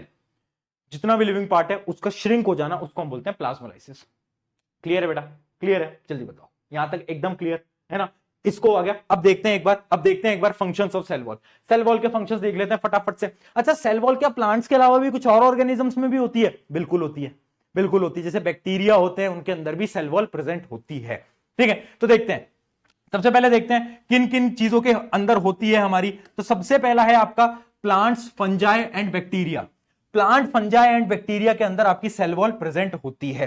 Cell wall का मेन काम क्या है? मेन काम मैं समझाता हूं, बड़ा इंपॉर्टेंट है, ध्यान से देखना और इस लाइन को पढ़ना। देखो, cell absorbs water by osmosis leading to swelling and pressure against cell wall. Imagine करो, मेरा जो प्लांट सेल है उसको मैंने हाइपोटोनिक, हाइपो मतलब फूल जाना, उस सोल्यूशन में डाल दिया। अब सारा पानी अंदर आया जा रहा है, आया जा रहा है, आया जा रहा है, आया जा रहा है। सेल मोटा होता जा रहा है, मोटा होता जा रहा है। अब अगर ज्यादा मोटा हुआ तो बर्स्ट कर जाएगा। बट सेल के पास है क्या? Z+ security. वो Z+ सिक्योरिटी सेल को बर्स्ट नहीं करने देगा, फटने नहीं देगा। तो सबसे इंपॉर्टेंट क्या है? ये क्या करता है cell wall? Cell wall prevents किससे? फ्रॉम बस्टिंग, फटने से बचाता है। किसको? आपके प्लांट सेल, फंजाई सेल या फिर आपके जितने भी बैक्टीरिया वगैरह होते हैं उन सेल्स को। समझ गए? सबसे इंपॉर्टेंट फंक्शन है इसका, सबसे इंपॉर्टेंट। अब एक चीज समझ लो, एक चीज समझ लो। देखो, जो प्लांट के जो सेल वॉल होती है वो तो सेलुलोज से बनी होती है, जबकि जो आपके बैक्टीरियाज होते हैं ना, उनकी सेल वॉल जो होती है वो किससे बनी होती है? एक कंपाउंड होता है, कंपाउंड आपको पता भी होगा, पेप्टिडोग्लाइकन। किस किस को पता है पेप्टिडोग्लाइकन? स्कूल के अंदर पढ़ा है पेप्टिडोग्लाइकन। हाँ, उसी से आपकी सेल वॉल बनी होती है। किसकी? बैक्टीरिया की। फंजाई की किसकी बनी होती है? फंजाई की बनी होती है काइटिन से, है ना, जिसको तुम चिटिन, काइटिन, है ना बहुत बढ़िया। तो वो बनी होती है आपकी काइटिन से। आई होप ये चीज क्लियर है। ये तीनों के नाम याद कर लेना भैया, किस चीज की बनी होती है सेल वॉल, ये तो पता होना चाहिए। सेल वॉल का फंक्शन पता होना चाहिए। सेल वॉल कर क्या रहा है? Z+ सिक्योरिटी दे रहा है। बहुत बढ़िया, बहुत बढ़िया। बताओ बताओ, अब आपके मन में एक सवाल आ रहा है, भैया यार एक मेरे मन में ना बड़ी देर से एक सवाल आ रहा है यार, आप कह रहे हो कि यार सेल वॉल बड़ी जरूरी चीज है, तो भैया हमारे पास क्यों नहीं है, एनिमल्स के पास क्यों नहीं है, इतना भेदभाव क्यों है? मैं समझाता हूं। देख, एनिमल्स जो होते हैं वो चल सकते हैं, है ना, मूवमेंट कर सकते हैं। प्लांट मूवमेंट नहीं कर सकते, प्लांट मूवमेंट नहीं कर सकते। ठीक है, तो प्लांट अपने आप को इधर से उठाकर इधर नहीं रख सकते। Plant can not move. इस वजह से प्लांट का रिजिड होना, टफ होना बहुत ज्यादा जरूरी है। अगर प्लांट सॉफ्ट हुआ, प्लांट के सेल्स रिजिड नहीं हुए, तो प्लांट खत्म हो जाएंगे, प्लांट्स बच ही नहीं पाएंगे। ठीक, समझ पाए? बट हम मूव कर सकते हैं, है ना, हम मूव कर सकते हैं। इस वजह से हमें जरूरत नहीं है सेल वॉल की। समझ पाए? तो याद रखना, बड़ा इंपॉर्टेंट पॉइंट ये है, प्लांट को सेल वॉल क्या रखता है? रिजिड एंड फिक्स्ड रखता है। It helps the plant because they are immobile. Immobile, ये वो वाला मोबाइल नहीं है जिससे तुम नया सुनैना से बात करते हो। ये इमोबाइल का मतलब है चल नहीं सकते, है ना, चल नहीं सकते, उसको हम बोलते हैं इमोबाइल। बताओ, क्लियर? क्लियर है बेटा? आगे बढ़े, आगे बढ़े, चलो, बहुत बढ़िया, बहुत बढ़िया। ये प्रीवियस ईयर बहुत बार ये क्वेश्चन पूछा गया अलग अलग स्कूल्स के अंदर कि सेल वॉल सिर्फ प्लांट में क्यों होती है, एनिमल में क्यों नहीं होती। तो याद रखना, प्लांट्स इमोबाइल होते हैं, इसलिए उनको रिजिडिटी और टफ चाहिए होता है। चलो आगे बढ़ते हैं। अब पढ़ते हैं न्यूक्लियस। भैया जी न्यूक्लियस पढ़े। न्यूक्लियस है brain of the cell, brain of the cell. क्यों? क्यों है ब्रेन? क्यों है ब्रेन? बताओ, ऐसा क्या है? ब्रेन क्यों बोल रहे हैं हम उसको? समझा देता हूं। सबसे पहले समझते हैं कि न्यूक्लियस का स्ट्रक्चर कैसा होता है। तो देखो, न्यूक्लियस के पास ना डबल लेयर होती है, मतलब उसके पास अपनी एक मेम्ब्रेन होती है जिसको हम बोलते हैं न्यूक्लियर मेम्ब्रेन। क्या होती है? Nuclear membrane. डायग्राम दिखाता हूं, ध्यान से देखना। देखो, ध्यान से देखना ये है न्यूक्लियस का डायग्राम। आप देख सकते हो, एक लेयर, दो लेयर। क्या है ये? Nuclear membrane. इस लेयर को हम बोलते हैं न्यूक्लियर मेम्ब्रेन। ठीक है, इसके अंदर कुछ पोर्स होते हैं, आप देख सकते हो, एक पोर ये, एक पोर ये, एक पोर ये, अलग अलग पोर होते हैं। इनको हम बोलते हैं न्यूक्लियर पोर। क्यों? ट्रांसफर का एक्सचेंज कराने के लिए इसके पास अपने पोर्स होते हैं। ठीक है, अब ध्यान से देखना, अब ध्यान से देखना, इसके अंदर होता है थ्रेड लाइक स्ट्रक्चर। ये आप देख पा रहे हो, ये थ्रेड लाइक स्ट्रक्चर, ये जितना भी आप देख पा रहे हो, ये थ्रेड लाइक स्ट्रक्चर जो होता है, इसी को हम बोलते हैं DNA। सुना है? सुना है? Deoxyribonucleic acid. भैया ये क्या बोल दिया? सुना है कभी डीएनए? हाँ सुना तो है, थोड़ा थोड़ा याद है ना, डीएनए। हाँ, तो डीएनए बड़ी ही इंपॉर्टेंट चीज है। क्यों? देखो, आप में से बहुत लोग इस सेशन को देख रहे हैं, किसी की आंखों का कलर जो होगा ब्लैक होगा, अंदर वाले की बोल रहा हूं, है ना, जैसे मेरा थोड़ा ब्राउन ब्लैक है, कुछ लोगों का बिल्कुल ब्राउन होता है, किसी की, वो एक गाना था ब्लू आइज हिप्नोटाइज तेरी, तो किसी का ब्लू भी हो सकता है। तो ये जो सारे जो फीचर्स होते हैं ना हमारी बॉडी की, वो पता कौन डिसाइड करता है? हमारा डीएनए। हमारा डीएनए। और डीएनए कहां है? डीएनए है न्यूक्लियस के अंदर। तो न्यूक्लियस ने एक ऐसी इंफॉर्मेशन को स्टोर करा हुआ है जो कि हमारे लिए बहुत इंपॉर्टेंट है। डीएनए ही सब कुछ डिसाइड करता है कि आप कैसे दिखोगे, आपके हेयर्स कैसे होंगे, सब कुछ डीएनए। समझ पाए? तो डीएनए वेरी इंपॉर्टेंट है, इसी वजह से हम इसको बोलते हैं brain of the cell. Nucleus को ब्रेन ऑफ द सेल इसलिए बोला जाता है क्योंकि इसके पास एक थ्रेड लाइक स्ट्रक्चर होता है जिसको हम बोलते हैं डीएनए। डीएनए की फुल फॉर्म नोट कर सकते हो, डीऑक्सी राइबो न्यूक्लिक एसिड। यहां पर लिखी होगी, दिखा भी देता हूं, आ जाओ। यहां पर लिखी भी होगी, दिखा भी देता हूं। Deoxy ribo nucleic acid, deoxy ribose nucleic acid, ठीक है, इसको हम बोलते हैं डीएनए। क्लियर? एक आरएनए भी होता है, तो आरएनए बस ये डीऑक्सी हटा दो, राइबोस न्यूक्लिक एसिड लिख दो, वो आपका आरएनए हो जाता है। बाकी टफ नहीं है, बड़ा सिंपल है ना? तो वो हो जाता है आपका राइबोस न्यूक्लिक एसिड। चलो भैया, बहुत बढ़िया। तो आई होप ये आपको समझ आ गया डीएनए। अब ना यहाँ पर कुछ टर्म्स हैं जो कि आपको समझनी पड़ेंगी। अब वो टर्म्स बड़ी इंटरेस्टिंग है पर थोड़ी टफ भी है ना? 10th में बड़ा काम है। 10th में एक चैप्टर होता है हेरिडिटी, उसको पढ़ने के लिए आपको ये चीज समझनी पड़ेगी। मैं हर साल 10वीं के बच्चे को पढ़ाता हूं और उनको पता ही नहीं होता। मैं बोलता हूँ 9th में नहीं पढ़ा था भैया, 9th में तो मजे कर रहे थे। मैंने कहा यार तुमने मुझसे नहीं पढ़ा था ना, बट तुम पढ़ के आ रहे हो मुझसे, तो अब ध्यान से सुन लेना, ध्यान से देखो। देखो, दो टर्म्स होती हैं वेरी इंपॉर्टेंट। पहली टर्म होती है क्रोमेटिन। क्रोमेटिन क्या होता है? क्रोमेटिन क्या होता है? आपका डीएनए जो है ना, ये डीएनए जो है ना आपका थ्रेड लाइक स्ट्रक्चर, ये थ्रेड लाइक स्ट्रक्चर जब रेंडमली डिस्ट्रीब्यूटेड है, पड़ा हुआ है ऐसे, है ना, इधर एक इधर पड़ा, एक इधर पड़ा, एक उधर पड़ा है ना, ऐसे अलग अलग जगह पे। जब आपका डीएनए क्या है, रेंडमली डिस्ट्रीब्यूटेड है न्यूक्लियस के अंदर, तब हम उसे बोलते हैं क्या? क्रोमेटिन। क्या बोलते हैं? क्रोमेटिन। हम उसको क्या बोलते हैं? क्रोमेटिन, ठीक है। बट जब आपका एक टाइम ऐसा आता है, मैंने आपको शुरू में ही बताया था सेल थ्योरी के अंदर, एक सेल डिवाइड होकर नए सेल बनाता है। जब आपका सेल डिवाइड होता है ना, तो पता है क्या होता है? ये जो न्यूक्लियस का जो डीएनए होता है ना, ये एक कॉइल्ड फॉर्म के अंदर आ जाता है। ऐसे दो डीएनए जो होते हैं वो मिल जाते हैं और ऐसे कॉइल बना देते हैं। क्या बना देते हैं? कॉइल। कॉइल कॉइल्ड फॉर्म के अंदर आ जाता है और इसको हम बोलते हैं क्रोमोसोम। क्रोमोसोम। समझ पाए? समझ पाए? समझ पाए? पहले डीएनए जब रेंडमली डिस्ट्रीब्यूटेड है उसको हम क्रोमेटिन बोल रहे हैं। बट जैसे ही सेल जो है वो डिवाइड हुआ, तो क्या हुआ? इन डीएनए ने क्या करा? पेयर बना लिया। ये डीएनए आए और इन्होंने ऐसे एक स्ट्रक्चर बना लिया, कॉइल्ड स्ट्रक्चर, उसको हम बोलते हैं क्रोमोसोम। उसको हम बोलते हैं क्रोमोसोम। तो इस चीज को हम लास्ट में भी पढ़ेंगे जब हम मियोसिस माइटोसिस पढ़ते हैं। वैसे हम 10th के अंदर बहुत डीपली पढ़ते हैं, बट अभी मैं आपको बता रहा हूं क्रोमोसोम और क्रोमेटिन क्या होता है। तो कंफ्यूज मत होना, क्रोमेटिन और क्रोमोसोम के अंदर कोई भी पूछे तो तुम उसको ये बता के आ जाना, ठीक है? यहां तक क्लियर? यहां तक क्लियर? तो आप समझ पाए न्यूक्लियस कितना इंपॉर्टेंट है। न्यूक्लियस क्या कर रहा है? न्यूक्लियस के पास डीएनए है, डीएनए के पास आपकी सारी जेनेटिकल इंफॉर्मेशन है, सारी जेनेटिकल इंफॉर्मेशन। तो न्यूक्लियस का मेन काम यही है, ठीक है? आगे देख सकते हैं हम, nucleus plays a central role in cellular reproduction and development by directing chemical activities and determining cell maturity. जब भी रिप्रोडक्शन होता है उस समय पर न्यूक्लियस का काम सबसे इंपॉर्टेंट होता है, क्योंकि इसी के ही जो डीएनए है वो कॉइल होते हैं और क्रोमोसोम बनाते हैं, और क्रोमोसोम ही क्या करते हैं? फीचर्स को डिसाइड करते हैं, है ना, कि आपकी आंखें काली होंगी, आपके बाल कैसे होंगे, वो सब क्रोमोसोम डिसाइड, ठीक है? चलो, आई होप ये चीज क्लियर है। अब बात करते हैं कुछ उन सेल की जिनके साथ जिंदगी ने करा मोए मोए। मोए मोए एक मीम चलता था ना, मोए मोए, जिंदगी ने करा मोए मोए। क्यों?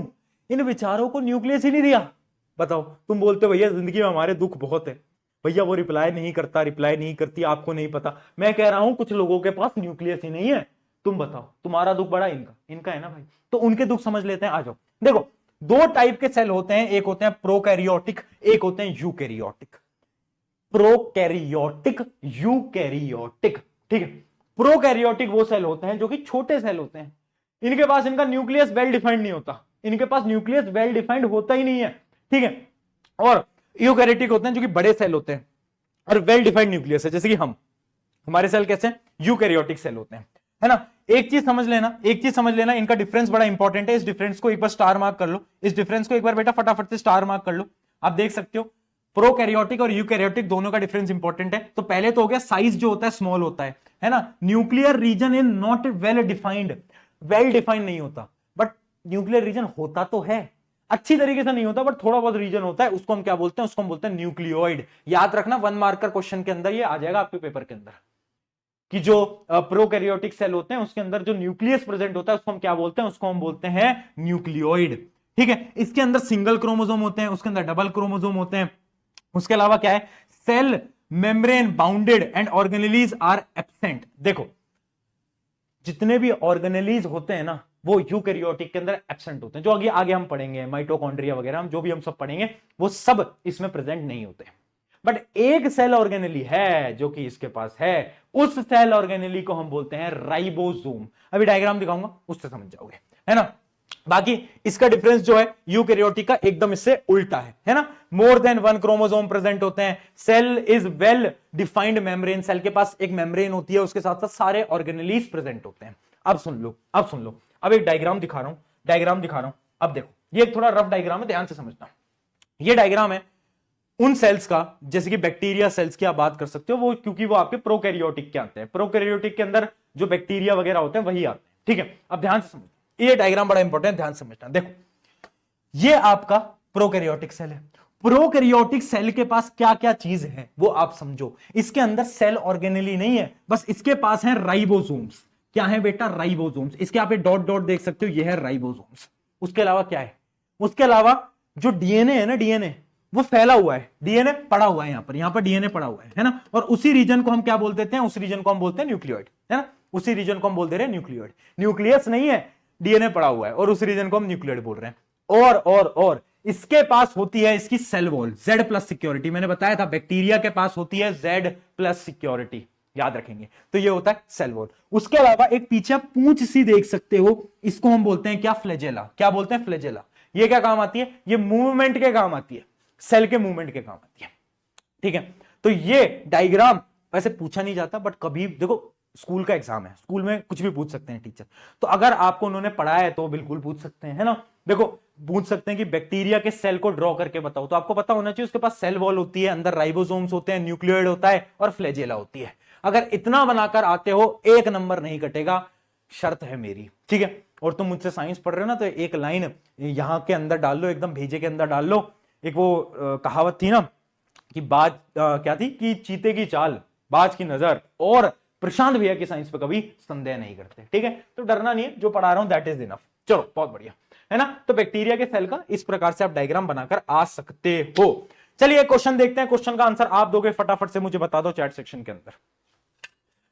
A defined nuclear region of prokaryotic are also known as, undefined nuclear region को क्या बोलते हैं?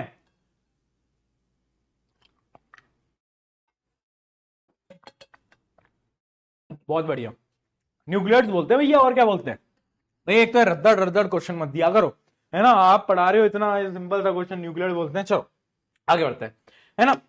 अब पढ़ते हैं यूकैरियोटिक सेल्स की सेल ऑर्गेनेलीज के बारे में।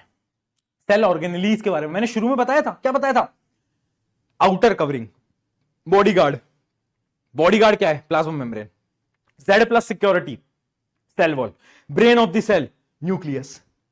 अंदर क्या है, सेल ऑर्गेनेली, और उन्हीं सेल ऑर्गेनेली को हम पढ़ने वाले हैं। बट एक चीज और थी, साइटोप्लाज्म। साइटोप्लाज्म क्या होता है वो पढ़ लो। साइटोप्लाज्म कुछ नहीं है भैया, कोई नई चीज नहीं है, मैंने आपको बता रखा है, the fluid content enclosed by cell membrane. जो भी फ्लूइड कंटेंट है जिसके अंदर आपके सेल ऑर्गेनेलीज पड़े हुए हैं, उसको हम बोलते हैं क्या, साइटोप्लाज्म। उसको हम बोलते हैं क्या, साइटोप्लाज्म, ठीक है। तो ये तो फ्लूइड है। अब पढ़ते हैं एक एक करके सेल ऑर्गेनेलीज, अलग अलग सेल ऑर्गेनेलीज पढ़ेंगे। बट इसको ना हमें कहानी से समझना है, बोरिंग तरीके से पढ़ के क्या, सेल ऑर्गेनेलीज पढ़ना बच्चों को टफ लगता है। अब मैं एक कहानी बताता हूं, उस कहानी से देखो आप कैसे याद कर पाओगे। देखो एक कहानी याद करेंगे। मान लो आपको लेना है एक आईफोन, ठीक है, आपको लेना है एक आईफोन। तो सबसे पहले एक फैक्ट्री होगी, एक फैक्ट्री होगी, है ना, आईफोन की फैक्ट्री होगी, जिसके अंदर आईफोन बनता होगा, आईफोन बनता है ना। इस फैक्ट्री में से कुछ वेस्ट भी निकलता होगा, उस वेस्ट को बाहर फेंक देते होंगे, है ना, उस वेस्ट को बाहर फेंक देते होंगे। आईफोन की फैक्ट्री वाले वेस्ट को बाहर फेंक देते होंगे, यहां पर आईफोन बना रहे हैं। अब आईफोन बन जाता है तो कुछ जो स्टॉक होता है उसको स्टोर करके रख लेते हैं, कुछ स्टॉक को क्या होता है, स्टोर करके रख लेते हैं, है ना। सिंपल जो आपकी डिलीवरी सर्विसेज होती है उसका एग्जांपल दे रहा हूं। देखो उस समय सेल कैसे समझते हैं। मान लो 50 आईफोन बन गए, तो 20 आईफोन को स्टोर करके रख लिया, और बाकी बचे हुए जो 30 आईफोन थे वो डिलीवर। अब मान लो यहां से तुम चिंटू लाल जी ने ऑर्डर करा कि यार मुझे एक आईफोन चाहिए, अमेजोन पे कर दो, तो ऑर्डर फटाफट आपने कर दिया ऑर्डर, है ना, अपनी किडनी बेच के, ठीक है। तो अब आप पे आईफोन आएगा। आईफोन कैसे आएगा, एक डिलीवरी सर्विसेज होंगी, है ना, यहां से आएगी एक डिलीवरी सर्विसेज, वो डिलीवरी सर्विस क्या करेगी, आपको डिलीवरी सर्विस जाएगा और आईफोन आपके पास फाइनली पहुंच जाएगा। यही होगा पूरा प्रोसीजर, यही होगा ना। एक फैक्ट्री में बना, जो एक्स्ट्रा था वो स्टोर हुआ, और यहां पर भी डिलीवरी सर्विसेज क्या करेंगे, आईफोन की पैकेजिंग वगैरह करेंगी, उनको स्टोर करेंगी और उनको पहुंचा देंगे आप तक।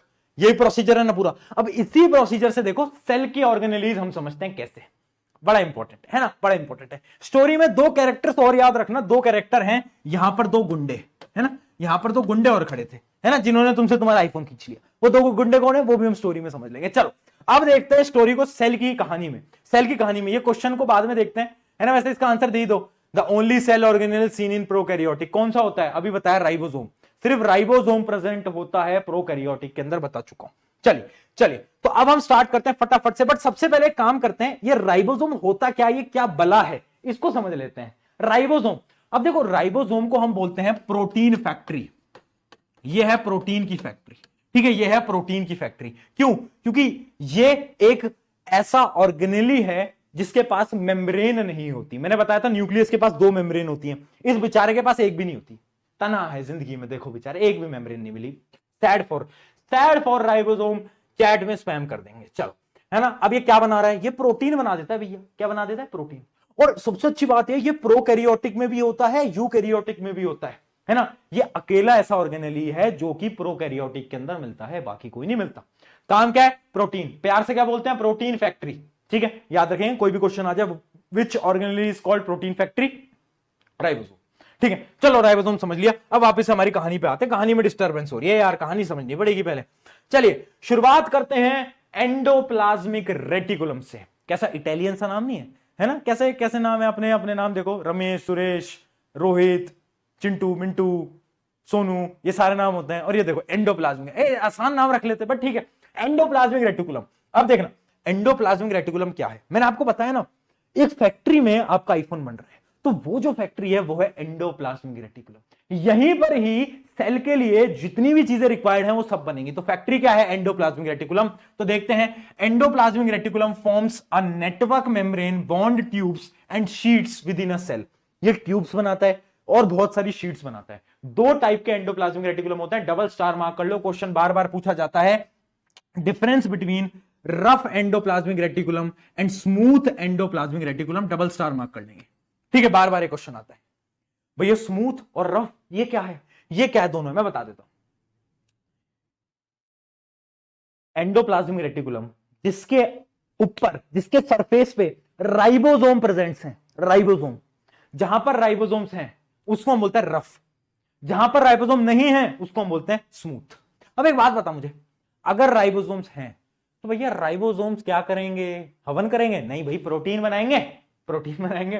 तो क्या करते हैं, जो आपका रफ एंडोप्लाज्मिक रेटिकुलम है जिसको हम RER बोलते हैं, वो क्या बनाता है, वो प्रोटीन बनाता है। जबकि ये क्या बनाता है, ये प्रोटीन नहीं बनाता, ये बनाता है लिपिड्स। क्या बनाता है, ये बनाता है लिपिड्स। याद रखेंगे वेरी इंपॉर्टेंट, SER जो होता है आपका वो लिपिड्स बनाने के काम आता है, जबकि RER प्रोटीन बनाने के काम आता है, ठीक है। तो इसका जो डिफरेंस है वो एक बार देख लेते हैं, है ना।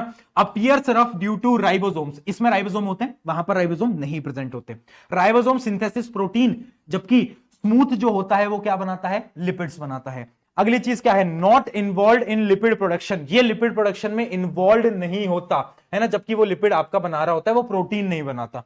अगला क्या है, नो रोल इन एंजाइम और हार्मोन सिंथेसिस, एंजाइम और हार्मोन बनाने का कोई इसका रोल नहीं होता, जबकि function in enzyme and hormone synthesis, इसका काम होता है थोड़ा बहुत एंजाइम और हार्मोन। अब तुम्हारे मन में सवाल उठ रहा होगा भैया एंजाइम, एंजाइम क्या होता है, हार्मोन तो पता है, बॉडी के अंदर हार्मोन आते हैं, पिंपल्स हो जाते हैं, वो सब हमें पता है, एंजाइम क्या होता है। तो एंजाइम कुछ ऐसी चीजें होती हैं जो कि बायोलॉजी के अंदर जो रिएक्शंस होती है ना उनको कंडक्ट कराती हैं। अभी आप इतना समझ लो, उतना आपके लिए काफी, ठीक है। एक लास्ट पॉइंट है कि जो आपका रफ होता है, RER जो होता है, वो नो डिटॉक्सिफिकेशन कैपेबिलिटीज। मान लो फैक्ट्री है, ये क्या है, फैक्ट्री है, ठीक है। अब इस फैक्ट्री के अंदर मान लो एक गुंडा आ गया, तो RER जो है ना उसके पास कोई भी डिटॉक्सिफिकेशन कैपेबिलिटी नहीं है, मतलब कोई भी अगर गलत चीज आती है ना तो उसको बाहर नहीं कर सकता। बट SER के पास कैपेबिलिटी है, SER निकालता है अपनी जेब से बंदूक, है ना, बंदूक, कहता है कि मैं तो बिहार से बिलोंग करता हूं, मेरे पास तो कट्टा जेब में रहता ही है, और ये डरा देता है और गुंडा चला जाता है। तो याद रखना RER, no detoxification capability, detox नहीं कर सकता, गलत चीजों को बाहर नहीं निकाल सकता, बट ये क्या कर सकता है, क्रूशल इन डिटॉक्सिफिकेशन, ये डिटॉक्स कर सकता है, ये डिटॉक्स कर सकता है, गलत चीजों को बाहर निकाल सकता है। ठीक है, ये मत कहना ना इसके पास गन होती है, वरना बहुत पिटोगे, बहुत पिटोगे बेटा, है ना। चलो, है ना। चलो, फैक्ट्री समझ ली, फैक्ट्री आ गई, क्लियर, फैक्ट्री हो गया। चलो, अब आईफोन बन गया फैक्ट्री में। अब फैक्ट्री से बनने के बाद मुझे बताओ, फैक्ट्री से बनने के बाद, इस क्वेश्चन को छोड़ो, फैक्ट्री से बनने के बाद क्या होगा। अच्छा, वो क्वेश्चन कुछ इंपॉर्टेंट था क्या, क्या था, हाँ बता ही दो। Lipids molecules in cells are synthesized by, lipids कहां बनते हैं, कहां बन, मैंने बताया अभी, स्मूथ, RER में प्रोटीन, SER में लिपिड्स। बहुत बढ़िया, तो ये तो आपको पता ही है ना। चलो आगे बढ़ते हैं। अब बढ़ते हैं, देखो मैंने आपको क्या बताया, मैंने आपको इतना बताया कि आईफोन बन गया, अब आईफोन को डिलीवरी भी तो कराना है। अब ये डिलीवरी कौन करेगा भैया, कौन है जो डिलीवरी करेगा, तो वो डिलीवरी करता है कौन, गोल्गी एपेरेटस, गोल्गी एपेरेटस।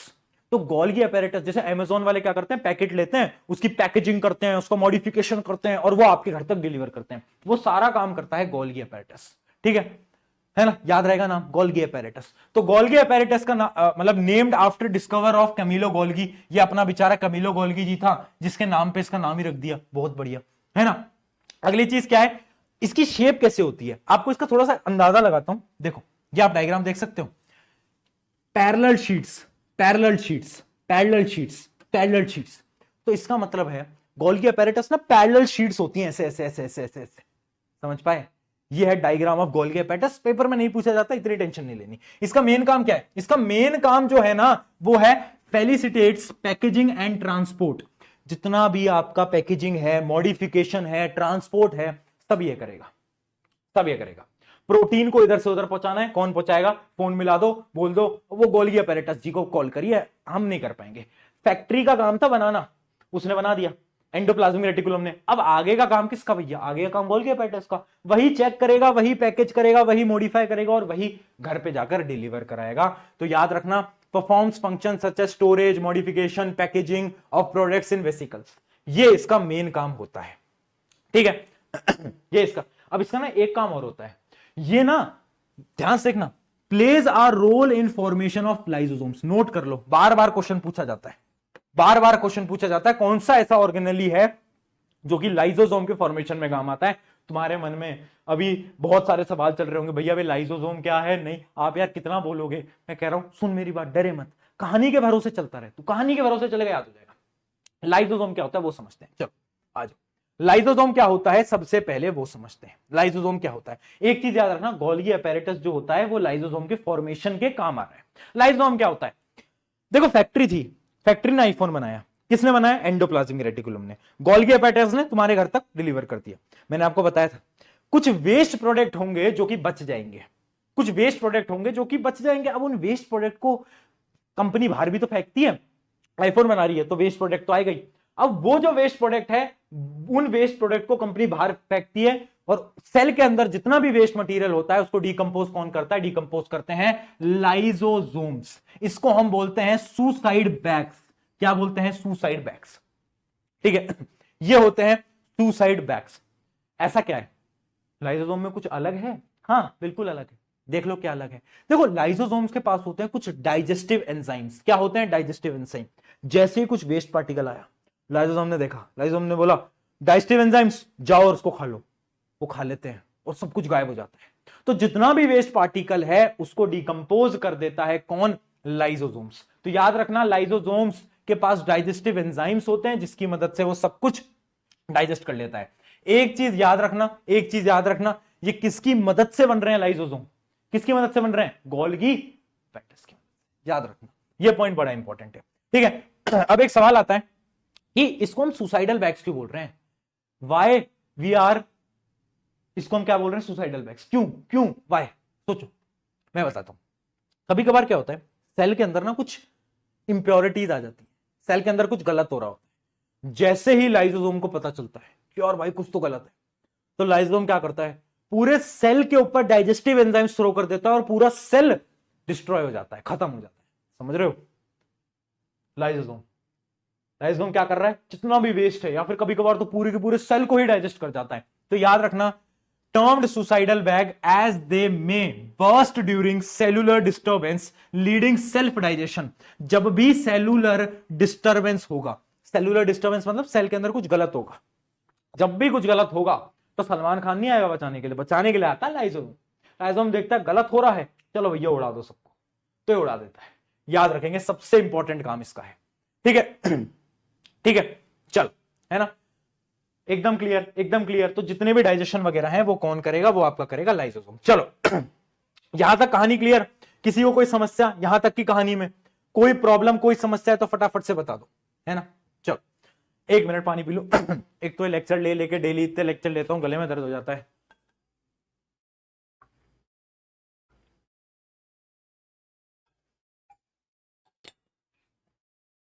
चलो देखो बेटा, तुम्हारे पास तो टाइम होता है, तुम तो कभी भी लेक्चर देख सकते हो। आधा लेक्चर अभी देखा, आधा बाद में देखा, बट भाई हमें तो शूट करना रहता है यार। एक बार में लेक्चर हमें एक बार में लाइव लेने पड़ते हैं और क्लासेस भी होती हैं।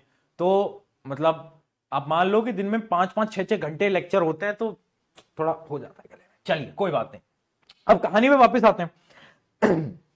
कहानी का एक पड़ाव रह गया, क्या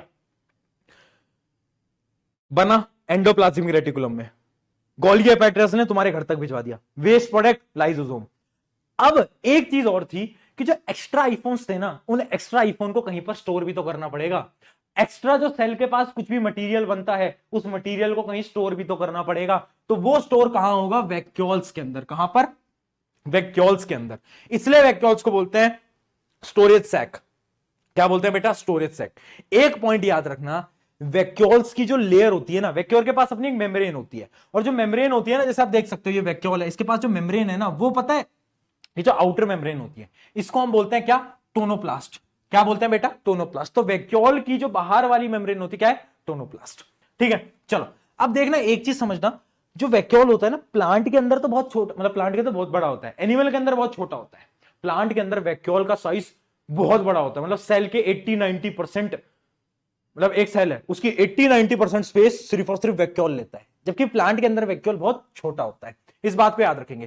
फंक्शन क्या है? पहला फंक्शन है स्टोरेज, दूसरा फंक्शन पता है क्या है? प्लांट्स के अंदर स्पेशली सबसे बड़ा फंक्शन है वैक्यूल्स का, provide turgidity and rigidity to plant cell, store essential substances. जितने भी सब्सटेंसेस हैं वो तो स्टोर करता ही है, साथ साथ में प्लांट सेल को रिजिड बनाता है, ताकतवर बनाता है। अब तुम कहते हो भैया यार सेल वॉल भी इसी काम के लिए, ये भी इसी काम के लिए। हाँ, क्योंकि प्लांट सेल को ताकतवर बनना पड़ेगा, प्लांट मूव नहीं कर सकते, इस वजह से प्लांट सेल को ताकतवर बनाता है वैक्यूल्स भी। समझ आ गया? वैक्यूल का साइज बहुत बड़ा होता है, एक रिजिडिटी देता है सेल के, और दूसरा काम क्या है? जितने भी आपकी चीजें, प्रोटीन, अमीनो एसिड, सब कुछ स्टोर कर लेता है। सब कुछ क्या कर लेता है? स्टोर कर लेता है। एक स्पेशलाइज्ड रोल है वैक्यूल का प्लांट्स के अंदर, स्टार मार्क कर लेना, बार बार पूछा जाता है, स्टार मार्क कर लेना। क्या है? Expelling excess water and waste from unicellular organisms. देखो प्लांट्स के अंदर तो नहीं, बट जो यूनिसेल्युलर ऑर्गेनिजम्स होते हैं, शुरू में बताया था यूनिसेल्युलर, उनके अंदर जब पानी भर जाता है ना बहुत ज्यादा, या फिर कुछ वेस्ट पार्टिकल होता है, तो उन सारे वेस्ट पार्टिकल को कहां पर स्टोर करा जाता है? कहां पर? वैक्यूल के अंदर। तो जितना भी वेस्ट है सेल का, वो कैसे जाता है बाहर? वैक्यूल्स की मदद से। क्लियर है? बताओ, जल्दी बताओ, जल्दी बताओ। क्लियर है? तो वैक्यूल्स ने क्या करा? जो आईफोन बने थे एक्स्ट्रा, उनको स्टोर कर लिया भैया, ये काम है वैक्यूल्स का। कहानी पूरी हुई, बट कहानी में 2 कैरेक्टर बाकी, 2 गुंडे। 2 गुंडे कौन भैया? एक गुंडा है माइटोकॉन्ड्रिया, और दूसरा गुंडा कौन है वो आप लोग बताओ, सोचो एक बार। एक और गुंडा है जो कि सिर्फ प्लांट्स के अंदर होता है, उस गुंडे को हम बोलते हैं प्लास्टिड्स। हम उसको बोलते हैं प्लास्टिड। पहले माइटोकॉन्ड्रिया सुनते हैं, चलो देखते हैं गुंडा नंबर 1। अब उसको हम गुंडा क्यों बोल रहे हैं वो भी बहुत बड़ा रहस्य है। देखो हम इसको गुंडा क्यों कह रहे हैं, why mitochondria is special, because एक लाइन बता रहा हूं, वेरी इंपॉर्टेंट है, they possesses their own DNA and ribosomes. Very important भैया। ये गुंडे क्यों है? क्योंकि इनके पास खुद का है जो है, ये किसी के भरोसे नहीं है। ये बोलते हैं सुन मेरे पास तो खुद का डीएनए भी है, राइबोसोम भी है, मेरा क्या कर लोगे? समझ पाए? बाकी किसी के पास डीएनए नहीं है, सिर्फ न्यूक्लियस के पास था। न्यूक्लियस के बाद कौन है? माइटोकॉन्ड्रिया। माइटोकॉन्ड्रिया के पास खुद का डीएनए है, खुद के राइबोसोम है, इसका मतलब वो खुद का प्रोटीन भी बना सकता है, इसलिए ये यहां का गुंडा है। ठीक है, ये ऐसा कुछ माइटोकॉन्ड्रिया आपको दिखता है। इसके अंदर ऐसे आप लेयर देख सकते हो, इस लेयर को आप क्रिस्टी बोलते हो, इंपॉर्टेंट नहीं है बट आपको बता रहा हूं मैं बस। मेन काम क्या है? Energy production. मेन काम क्या है? एनर्जी। बोलते हैं ना power house of the cell, ये तो सबको याद होता है, power house of the cell mitochondria, है ना। तो यहां पर क्या होता है? बेसिकली एनर्जी बनती है, किस फॉर्म में बनती है? एटीपी, अडीनोसिन ट्राइफॉस्फेट, अडीनोसिन ट्राइफॉस्फेट, ये फुल फॉर्म होती है एटीपी की। तो जो एटीपी बनती है ना, वो मतलब जो एनर्जी बनती है वो एटीपी की फॉर्म में बनती है। एटीपी एक टाइप से यूनिट है। जैसे मैं आपसे पूछूं कि आपकी हाइट कितनी है, तो आप बताओगे फीट के अंदर बताओगे, सेंटीमीटर के अंदर बताओगे, यूनिट है। सिमिलरली सेल के अंदर एनर्जी कितनी बन रही है वो मैं एटीपी के अंदर बताता हूं, ठीक है। तो एक तरीके का यूनिट है। आगे समझ में? तो ये power house of the cell होता है, मेन काम है इसका एनर्जी प्रोडक्शन। स्पेशल क्यों है? दोनों चीजें खुद के पास, ठीक है। चलो, तो ये था आपका माइटोकॉन्ड्रिया। अब हम आगे बढ़ते हैं और अब हम देखते हैं क्या दूसरा गुंडा, प्लास्टिड। भैया प्लास्टिड भी क्यों यूनिक है? क्योंकि भैया प्लास्टिड के पास भी खुद का क्या है? डीएनए। प्लास्टिड के पास भी क्या होता है? इसके पास भी खुद के डीएनए होते हैं। एक पॉइंट नोट कर लेना, प्लास्टिड सिर्फ और सिर्फ प्लांट के अंदर पाए जाते हैं, उसके अलावा नहीं मिलेगा, नहीं मिलेगा, नहीं मिलेगा, ठीक है। और कहीं नहीं मिलते, बस प्लांट के अंदर मिल रहे होते हैं, ठीक है। अब सुनना मेरी बात। बेसिकली 3 टाइप के आपके प्लास्टिड्स होते हैं प्लांट के अंदर। बड़े सिंपल है, बहुत आसान है, नाम थोड़े मुश्किल है बट सिंपल है। पहला होता है आपका क्रोमोप्लास्ट। क्रोमोप्लास्ट क्या होता है? आपने प्लांट के फूल देखे? फूल कलर क्या होता है? किसी का व्हाइट है, किसी का ब्लू है, किसी का पर्पल है, किसी का पिंक है। वो जितने भी कलर्स होते हैं ना, वो आते हैं क्रोमोप्लास्ट की मदद से। ग्रीन के अलावा अगर कोई भी कलर है प्लांट के अंदर, तो वो उसकी वजह से, किसकी वजह से? क्रोमोप्लास्ट की मदद से। समझ पाए? समझ पाए? तो क्रोमोप्लास्ट क्या है? Are the coloured plastids. जो भी फ्लावर वगैरह है, जो भी कलर देना है, वो कौन देगा? क्रोमोप्लास्ट। दूसरा है क्लोरोप्लास्ट। क्लोरोप्लास्ट के पास एक ग्रीन कलर का पिगमेंट होता है, 8th क्लास के अंदर पढ़ा होगा, क्लोरोफिल। पढ़ा है? बताओ, पढ़ा है? भैया उस टाइम पे तो हम मजे करते थे, पढ़ाई नहीं करते थे भैया, वो फ्री फायर खेलते थे भैया, रैंक पुश करते थे। करो रैंक पुश करो, कोई दिक्कत नहीं है, रैंक फ्री फायर में बढ़ेगी, नंबर यहां नीचे पुश होंगे, तो थोड़ा सा चलो। तो क्या बोल रहा हूं क्लोरोप्लास्ट। तो क्लोरोप्लास्ट क्या है? इसके अंदर ग्रीन कलर का पिगमेंट होता है, किस क्या बोलते हैं? क्लोरोफिल बोलते हैं। मेन काम क्या है? मेन काम है इसकी मदद से ही फोटोसिंथेसिस हो पाता है। क्या हो पाता है? फोटोसिंथेसिस। अगर अगर अगर अगर अगर आपका क्लोरोप्लास्ट नहीं होगा, फोटोसिंथेसिस नहीं होगा। फोटोसिंथेसिस पढ़ा है 8th क्लास के अंदर, सनलाइट आ रही है, क्लोरोफिल है, कार्बन डाइऑक्साइड, वाटर, उसकी मदद से एनर्जी और ऑक्सीजन। तो ऑक्सीजन रिलीज हो रहा है, हम जिंदा हैं, किसकी मदद से? ऑक्सीजन की मदद से। ऑक्सीजन किसकी मदद से आया? क्लोरोप्लास्ट। तो समझो, अगर इस जिंदगी में क्लोरोप्लास्ट नहीं होता, क्लोरोफिल नहीं होता। अगर क्लोरोफिल नहीं होता, फोटोसिंथेसिस नहीं होता। अगर फोटोसिंथेसिस नहीं होता, तो आज आप और मैं पढ़ नहीं रहे होते। चलो, बहुत बढ़िया, बहुत बढ़िया, ठीक है। आगे बात करते हैं ल्यूकोप्लास्ट की। लास्ट है ल्यूकोप्लास्ट। ल्यूकोप्लास्ट क्या होता है? Lack colouration and primary function as storage site for starch, oil and protein. मतलब एक तरीके से प्लांट की जितनी भी चीजें हैं ना, उनको स्टोर करता है ना। इसका कोई कलर नहीं होता, इट इज कलरलेस। याद रखेंगे, ल्यूकोप्लास्ट जो होता है वो कलरलेस होता है। उसके अलावा क्या है? दूसरी चीज स्टार्च हो गया, जितनी भी चीजें, इन सबको स्टोर कौन करेगा? यही करेगा, ठीक है। तो 3 टाइप के प्लास्टिड आपको याद रहने चाहिए। क्या ये पॉइंट एकदम क्लियर है? बताओ, है ना? एकदम क्लियर, चल, है ना। मतलब ल्यूकोप्लास्ट आप देख सकते हो, कलरलेस है, ज्यादा कोई इसके अंदर कलर नहीं होता। चलिए, तो ये हो गया प्लास्टिड, ये हो गया माइटोकॉन्ड्रिया। यहां पर सारी सेल ऑर्गेनेली हमारी हो जाती हैं खत्म। अब एक बार उस डायग्राम को खोलते हैं फटाफट से। ये है मेरी आईफोन की प्यारी प्यारी दास्तां, और रिपीट करते हैं कि मैंने आईफोन कैसे खरीदा, ठीक है। अब आईफोन बनता था एक फैक्ट्री के अंदर। उस फैक्ट्री के अंदर जहां पर लिपिड्स और प्रोटीन बनते हैं, उसको हम क्या बोलते हैं? एंडोप्लाज्मिक रेटिकुलम, है ना। 2 टाइप के एंडोप्लाज्मिक रेटिकुलम, स्मूथ और रफ। रफ वाला क्या बना रहा है? रफ वाला आपका बनाता है प्रोटीन, और स्मूथ वाला आपका बना रहा है क्या? अरे बोल यार, लिपिड्स बना रहा है। फैक्ट्री के अंदर बना प्रोटीन और लिपिड। अब फैक्ट्री ने बोला कि जाओ ट्रांसपोर्ट करो।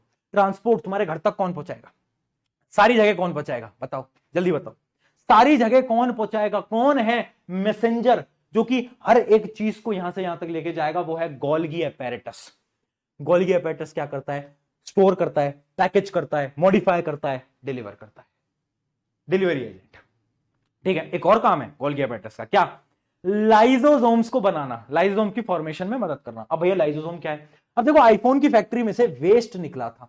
अब ये जो वेस्ट निकला था ना, इस वेस्ट को डिकम्पोज भी तो करना है, इस वेस्ट को बाहर भी तो फेंकना है। वो कौन करा? लाइसोसोम। लाइसोसोम जी ने क्या करा? जितने भी हमारे मतलब डाइजेस्टिव एंजाइम की मदद से जितने भी वेस्ट पार्टिकल थे उसको डाइजेस्ट करा।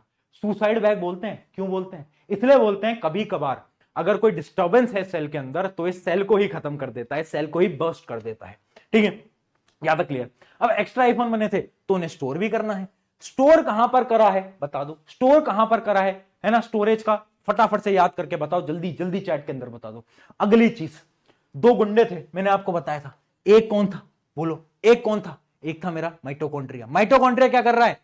माइटोकॉन्ड्रिया क्या कर रहा है भैया? माइटोकॉन्ड्रिया का मेन काम क्या है? माइटोकॉन्ड्रिया हमारा एनर्जी बना रहा है एटीपी के फॉर्म के अंदर। गुंडे क्यों है? दोनों के पास खुद का डीएनए और राइबोसोम। और दूसरा क्या था? प्लास्टिड। प्लास्टिड हो गए तीन टाइप के। स्टोरेज वाला अगर याद नहीं आया तो बता देता हूं, वैक्यूल्स थे जो कि स्टोर करते हैं। वैक्यूल्स जो होते हैं प्लांट के अंदर बड़े होते हैं, एनिमल के अंदर छोटे होते हैं। प्लास्टिड्स जो होते हैं वो सिर्फ और सिर्फ प्लांट्स के अंदर होते हैं, एनिमल के अंदर नहीं होते। तीन टाइप के नाम तीनों के याद रखने हैं, क्लोरो, क्रोमो, ल्यूको। क्लियर? इसके साथ सेल ऑर्गेनेली का पूरा पार्ट समझ आया। अब बताओ मुझे मजा आया कि नहीं आया? क्या ऐसा एक्सप्लेनेशन आपको आज से पहले कहीं पर मिला था? क्या ऐसा मजा आपको कहीं से आज से पहले कहीं पर आया था? जल्दी बताओ। कहानी की मदद से हम ऐसे प्यारे तरीके से, देखो हमारा तरीका यही है, हम ऐसे ही पढ़ते कहानी की मदद से। ठीक है, एक मिनट जरा मैं पानी वापस से पी लूं यार, गला दर्द हो जाता है, समझा करो यार तुम, बोल बोल के। चलो जल्दी 10-15 मिनट और लूंगा, एक कॉन्सेप्ट और बचा है। पहले इसको देखो, to remember double membrane bound nucleus. देखो सेल ऑर्गेनेली जो होती हैं, कुछ सेल ऑर्गेनेली थी जिनके पास डबल बाउंड्रीज थी, कुछ थी जिनके पास सिंगल बाउंड्री थी, और कुछ ऐसी भी थी जिनके पास मेम्ब्रेन ही नहीं थी। यहां पर नाम लिखे हुए हैं। डबल कौन से थे? डबल थे आपका पहला न्यूक्लियस, दूसरे दो गुंडे, कौन? Mitochondria, plastid. बेटा स्कूल इधर पास में, बेटा स्कूल के अंदर ये मत लिख के आ जाना कि दो गुंडे हैं माइटोकॉन्ड्रिया प्लास्टिड, तुम्हारे टीचर मुझे मारेंगे, है ना? चल आ जा वापिस। ठीक है, देख सिंगल मेम्ब्रेन किसमें? बाकी सब में, जैसे कि आपका वैक्यूल था, लाइसोसोम था, गोल्गी था, एंडोप्लाज्मिक रेटिकुलम था। जो स्टोरी के अंदर सारे किरदार थे सब सिंगल के थे, बस दो गुंडे थे जो कि डबल के आए। तो हमें ये भी याद हो गया, ये भी याद करने की जरूरत नहीं पड़ी ना हमें उस कहानी की मदद से। अब मेम्ब्रेनलेस होते हैं दो, एक है राइबोसोम, क्या करता है? प्रोटीन। एक है सेंट्रोजोम। वे सेंट्रोजोम क्या है बताया नहीं आपने, इंपॉर्टेंट नहीं है, बता देता हूं। देखो सेंट्रोजोम क्या होता है? आपके साइटोप्लाज्म में ही होता है, न्यूक्लियस से थोड़ा अटैच्ड होता है। उसके पास ना दो सेंट्रियोल्स होते हैं, सेंट्रोजोम के पास दो सेंट्रियोल होते हैं। ठीक है, इसका मेन काम क्या होता है? जब सेल डिवीजन होता है, सेल टूटता है तो दो जो सेंट्रोल है, एक एक सेंट्रोल क्या हो जाते हैं? स्प्लिट हो जाते हैं। मान लो ये है आपका सेल, इसके अंदर है दो सेंट्रियोल। अब ये सेल टूटा दो सेल के अंदर, तो जो सेंट्रियोल्स है ना ये क्या हो जाएंगे? स्प्लिट हो जाएंगे, ये स्प्लिट हो जाएंगे। तो इसका जो मेन काम है वो है सेल डिवीजन का, बट आपके एनसीईआरटी के अंदर ऐसा कुछ है नहीं, तो आपको पढ़ने की जरूरत नहीं है। आगे जाकर आप जरूर पढ़ोगे सेंट्रोजोम्स क्या होते हैं, अगर आप बायोलॉजी वगैरह मतलब 10th में पढ़ी लोगे। नहीं 10th में सेंट्रोजोम आपके काम नहीं आएगा, 11th में अगर आप बायोलॉजी लोगे तो बिल्कुल आएगा, है ना? चलो क्लियर है, ये तीनों पॉइंट याद रहेगा। देखो कितने ट्रिक्स हमने याद कर लिए। आगे देखते हैं, अगला देखते हैं, फटाफट से आ जाओ। अगला देखते हैं, अगला है हमारा एक टेबल। ये टेबल बड़ी इंपॉर्टेंट है क्योंकि इसके अंदर मैंने क्या करा है ना, मैंने देखो सेल कुछ फीचर्स लिखे हैं और मैंने लिखा है कहां पर ये फीचर प्रेजेंट है, कहां पर ये नहीं है। एक बार इस टेबल को फटाफट से गो थ्रू करते हैं। सेल शेप, प्लांट सेल के अंदर स्क्वायर या रेक्टेंगुलर होती है, एनिमल के अंदर कैसी होती है? इररेगुलर या फिर राउंड। एग्जाम के अंदर राउंड बना के आना चलेगा। सेल वॉल यहां पर प्रेजेंट होती है, यहां पर नहीं होती। Z+ सिक्योरिटी वहां पे नहीं है। अगला क्या है? Cell membrane. सेल मेम्ब्रेन दोनों जगहों पर प्रेजेंट होती है। अगला है एंडोप्लाज्मिक रेटिकुलम, दोनों पे प्रेजेंट होती है। अगला है न्यूक्लियस, दोनों पे प्रेजेंट होती है। अगला क्या है? लाइसोसोम्स, दोनों में क्या होती है? प्रेजेंट होती है, दोनों जगहों पे होती है। उसके अलावा है गोल्गी अपैरेटस, गोल्गी अपैरेटस भी दोनों जगहों पे। सिमिलरली साइटोप्लाज्म, राइजोसोम्स, प्लास्टिड्स, प्लास्टिड्स जो होते हैं वो आपके प्लांट एनिमल के अंदर प्रेजेंट नहीं होते, ये मैं आपको बता चुका हूं। उसके अलावा क्या है? वैक्यूल्स, प्लांट के अंदर वैक्यूल बड़े होते हैं, एनिमल्स के अंदर वैक्यूल्स एकदम छोटे छोटे नन्हे मुन्ने होते हैं। सीलिया क्या होता है? सीलिया जो है वो प्लांट के अंदर नहीं होता, एनिमल के अंदर होता है। सीलिया क्या होता है? देखो आप ऐसे मान लो, सीलिया एक तरीके से सेल का एक पार्ट है जो कि मूवमेंट में मदद करता है, जो कि सेल के मूवमेंट में, जैसे बैक्टीरिया के अंदर फ्लैजेला था, याद है फ्लैजेला था, वैसे सीलिया एनिमल सेल्स के अंदर होता है, प्लांट के अंदर नहीं होता, थोड़ा बहुत मूवमेंट की मदद करता है। माइटोकॉन्ड्रिया दोनों में होता है, है ना। मोड ऑफ न्यूट्रिशन क्या होता है, मोड ऑफ न्यूट्रिशन ये आपका इस क्लास का टॉपिक नहीं है, वैसे तो 8th में पढ़ लेते हो बट 10th में पढ़ोगे मोड ऑफ न्यूट्रिशन, अभी इसको पढ़ने की जरूरत नहीं है। चलो आगे बढ़ो, एकदम समझ गए। अब इस कक्षा का, इस क्लास का आखिरी टॉपिक, भैया देख अपन को कितना समय हो गया, ऑलमोस्ट 1.5 घंटा, ऑलमोस्ट 1.5 घंटा। तेरा जोश कैसा है, एनर्जी कैसी है, अंदर मजा आ रहा है, ऐसा लग रहा है कि यार भैया कुछ तो पढ़ रहे हैं यार, ऐसा लग रहा है, बहुत बढ़िया है ना। ये फील जो है ना, ये फील होती है साइंस। मुझे नहीं पता आज से पहले तुम कहां पढ़े हो, मुझे ये नहीं पता कि तुम जिंदगी में कितना डिमोटिवेटेड थे आज से पहले, बट मैं एक चीज गारंटी देता हूं, तू कर सकता है, तू कर सकती है, तुम में है जुनून। और एक चीज याद रखना, एक डब्बा मिठाई उन लोगों को घर पे एक्स्ट्रा भिजवा देना जो कि ये बोल रहे हैं कि तुझसे तो नहीं हो पाएगा, उनके घर पे एक डब्बा मिठाई एक्स्ट्रा भिजवाना, याद रखना। चलो आखिरी टॉपिक पढ़ते हैं, सेल डिवीजन। सेल डिवीजन क्या है, सेल डिवीजन एक तरीके से एक सेल का टूटना। तो डेफिनेशन देखते हैं, cell division is the process through which new cells are formed in organisms.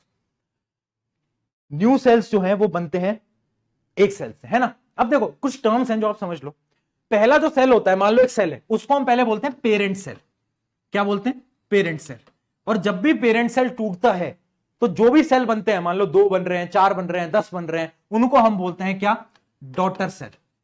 क्या बोलते हैं, डॉटर सेल, है ना। अब बच्चे बोलेंगे भैया लड़कों के साथ भेदभाव, यहां भी भेदभाव भैया है, सन सेल क्यों नहीं बोलते, डॉटर को इतनी इज्जत। अरे भैया उसके पीछे बहुत बड़े बड़े रीजन है, अभी तुम मत समझो, तुम इतना समझो, पेरेंट सेल टूटता है डॉटर सेल के अंदर, ठीक है। चलो अब देखते हैं, 2 टाइप के होते हैं, एक होता है माइटोसिस, एक होता है मियोसिस। डायरेक्टली पेपर के अंदर 3 नंबर का सवाल आएगा, difference between mitosis and meiosis, ठीक है। पहले समझ लो डिफरेंसेस मैं दिखा दूंगा, देखो डायग्राम से देखना। माइटोसिस समझो, माइटोसिस याद रखना बेटा, माइटोसिस कंफ्यूज नहीं होना है। सुनो, जब एक पेरेंट सेल 2 डॉटर सेल के अंदर टूटता है तो उसको हम बोलते हैं क्या, माइटोसिस, ठीक है। 2 डॉटर सेल, ठीक है। ध्यान रखना, यहां पर क्रोमोसोम का नंबर सेम होता है। अगर आप किसी मूर्ख बच्चे ने पूछा क्रोमोसोम क्या होता है, तो मैं वो वाली शायरी सुना दूंगा, कौन सी थी वो, कि जली को आग कहते हैं, भुजी को राग कहते हैं, और जो बेटा तुम्हारे पास नहीं उसको दिमाग कहते हैं, ठीक है। तो क्रोमोसोम बता चुका हूं मैं, ठीक है। मान लो इसके पास है 12 क्रोमोसोम, मान लो। अब जब 2 डॉटर सेल बनेगी ना, तो इस डॉटर सेल पे भी 12 ही होगा और इस डॉटर सेल पे भी 12 ही होगा। क्रोमोसोम का नंबर सेम रहता है माइटोसिस के अंदर। पहला पॉइंट क्या है, 2 डॉटर सेल बनती हैं। दूसरा पॉइंट क्या है, क्रोमोसोम का नंबर सेम रहता है, ठीक है। अगला पॉइंट, अगला देखो मियोसिस, आ जाओ। आप देखो मियोसिस के अंदर 4 डॉटर सेल बनती हैं, 4, 1 2 नहीं 4। और यहां पर जो क्रोमोसोम का नंबर है वो आधा हो जाता है, हाफ हो जाता है। इमेजिन करो पेरेंट के पास थे 12 क्रोमोसोम, कितने 12। अब ये जो 4 डॉटर है ना, इनके पास एक एक के पास आधा आधा आधा क्रोमोसोम होगा। मतलब इस पे 12 का आधा क्या होता है बेटा, 12 का आधा होता है 6, तो इस पे भी 6, इस पे भी 6, इस पे भी 6, इस पे भी 6। तो आप देख सकते हो 6। तो इसका मतलब क्या है, वहां पर क्रोमोसोम का नंबर सेम रहता है, यहां पर क्रोमोसोम का नंबर हाफ हो जाता है। क्यों हो जाता है, वो रिप्रोडक्शन के अंदर आप 10th के अंदर पढ़ लोगे, बट अभी आप इतना समझ लो कि वो हाफ हो जाता है, ठीक है। तो ये डिफरेंस है माइटोसिस एंड मियोसिस के अंदर। डिफरेंस मैं आपको दिखा देता हूं। पहला है, it is an equational division, बराबर बराबर डिवाइड होता है। इसके अंदर क्या होता है, it is an reductional division. क्यों, क्योंकि देखो वहां पर क्रोमोसोम का नंबर कम हो गया था। अगला क्या है, 2 डॉटर सेल आर फॉर्म्ड, यहां पर 4 डॉटर सेल आर फॉर्म्ड। उसके अलावा daughter cells have same number of chromosomes. उसके अलावा यहां पर क्या है, daughter cell have half the number of chromosomes. उसके अलावा it helps in growth and repair of injured tissue. देखो 3 डिफरेंस समझ में आ गए। लास्ट डिफरेंस मैं समझा देता हूं। ये जो है ना माइटोसिस, इसके अंदर बेसिकली ये माइटोसिस फंक्शन होता कब है, जब भी मान लो आपका टिश्यू जो है ना उसको रिपेयर करना है, आपके कहीं चोट लग गई, तो चोट लग गई तो वहां का टिश्यू हट गया, अब उस टिश्यू को रिपेयर करना है ना, वहां पर सेल्स क्या होंगे, बार बार क्या करेंगे, बढ़ते जाएंगे। यहां पे कट लग गया, अब कट लग गया तो उसे भरना पड़ेगा ना, कुछ दिन में भर जाता है ना। वो कैसे भर जाता है, माइटोसिस की मदद से। तो जब भी कुछ भी सेल रिपेयर होता है तो उस प्रोसेस को हम बोलते हैं माइटोसिस। बट रिप्रोडक्शन के अंदर जब सेल डबल होते हैं, रिप्रोडक्शन के अंदर जब सेल्स क्या होते हैं, डिवाइड करते हैं, उसको हम बोलते हैं मियोसिस। तो it is responsible for production of gametes. Gametes क्या होते हैं, वैसे 10th में पढ़ोगे, बट अभी बता देता हूं, सेक्स सेल्स। सेक्स सेल्स को हम बोलते हैं गैमेट्स, ठीक है। तो जो बेसिक फंक्शंस है उसके लिए हमेशा हमारी बॉडी माइटोसिस करती है, बट रिप्रोडक्शन के दौरान क्या होता है, मियोसिस होता है। इतना पॉइंट क्या हमें ये एकदम क्लियर है तो एक बार फटाफट से बता दो। लास्ट क्वेश्चंस कुछ करते हैं, फिर इस लेक्चर को समाप्त करेंगे। जल्दी से बताओ, जल्दी से। चैप्टर खत्म बेटा, जल्दी खत्म होने वाला है। थोड़ा डांस करके दिखा दो, चलो आओ आओ।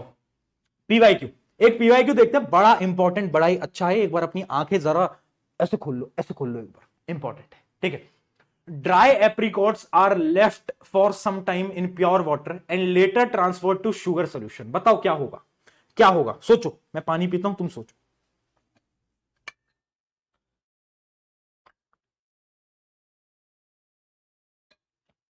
हाँ भाई सोच लिया, बताऊं।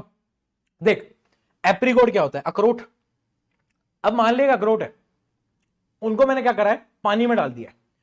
अखरोट को मैंने पानी में डाल दिया है, तो अब उसके अंदर वाटर आ गया है, वाटर आ गया है ना, सॉल्वेंट आ गया। अब मैंने उसको उठा के कहां पर डाला, अब मैंने उसको डाला शुगर सोल्यूशन में। कहां पर डाला बेटा, अब मैंने उस अखरोट को डाल दिया है कहां पर, शुगर सोल्यूशन में। शुगर सोल्यूशन क्या होता है, हाइपरटोनिक या हाइपोटोनिक, बताओ। हाइपर या हाइपो, सॉल्यूट कहां पर ज्यादा है, शुगर सोल्यूशन में। तो ये क्या होगा, ये होगा हाइपर, है ना। तो इसका मतलब मैंने अपने एप्रिकॉट को कहां डाल दिया है, हाइपर के अंदर। और जब भी हाइपर में डालते हैं, हाइपो मतलब फूल जाना, हाइपर मतलब श्रिंक हो जाना, तो क्या होगा, मेरा एप्रिकॉट श्रिंक कर जाएगा। ये इसका सही आंसर। अगला देखते हैं, red blood cells are kept in concentrated saline solution. अगर मैं अपने रेड ब्लड सेल को सेलाइन सोल्यूशन, सेलाइन मतलब बहुत ज्यादा नमक वाले पानी में, नमक वाले पानी में मैं अपने रेड ब्लड सेल को डालू, सेम केस है, सेम केस है ना बेटा।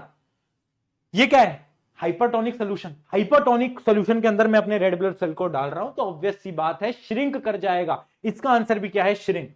अगला देखते हैं, plasma membrane of cell breaks down. अगर मेरी प्लाज्मा मेम्ब्रेन ब्रेक कर गई, अब क्या होगा, सोचो सोचो सोचो जल्दी। इसका मैं आंसर आपको दिखा भी देता हूं, इसका मैं आपको दिखा भी देता हूं answer. Plasma membrane breakage, disruption of cell integrity and scattering of cell organelles. जितने भी सेल ऑर्गेनेलीज है वो फैल जाएंगे। भैया अगर मेरा प्लाज्मा मेम्ब्रेन, मेरी सिक्योरिटी ही चली गई एनिमल्स के अंदर।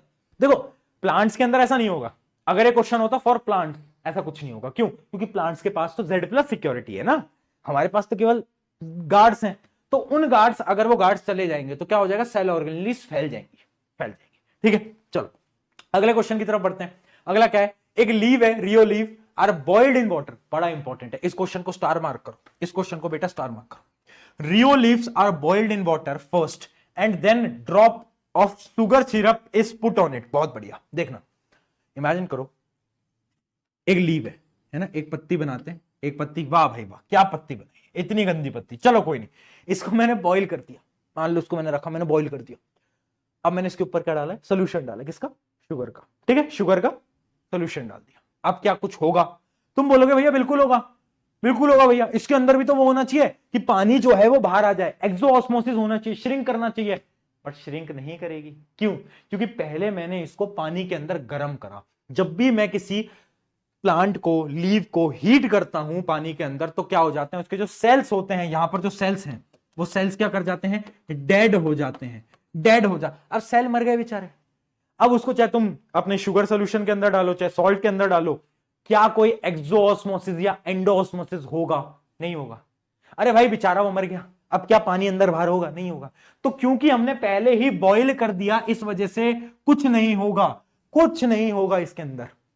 आ गया, तो इसका आंसर लिखकर आना, इसका आंसर लिखकर आना, दिखा भी देता हूं, no osmosis due to the cell death. Cell death की वजह से कोई ऑस्मोसिस नहीं होगा। चलिए बेटा लास्ट क्वेश्चन देखते हैं आज का, Golgi apparatus is remove from the cell. अगर मैं गोल्गी अपैरेटस को रिमूव कर दूं, अब जैसे मैंने गोल्गी अपैरेटस बोला, कहानी में याद करो, ऐसे याद करने का तरीका होता है। कहानी में गोल्गी अपैरेटस क्या करता था, फैक्ट्री बनाती थी और ट्रांसपोर्ट और पैकेजिंग का काम, हाँ गोल्गी अपैरेटस सारी चीजों को ट्रांसपोर्ट करता था।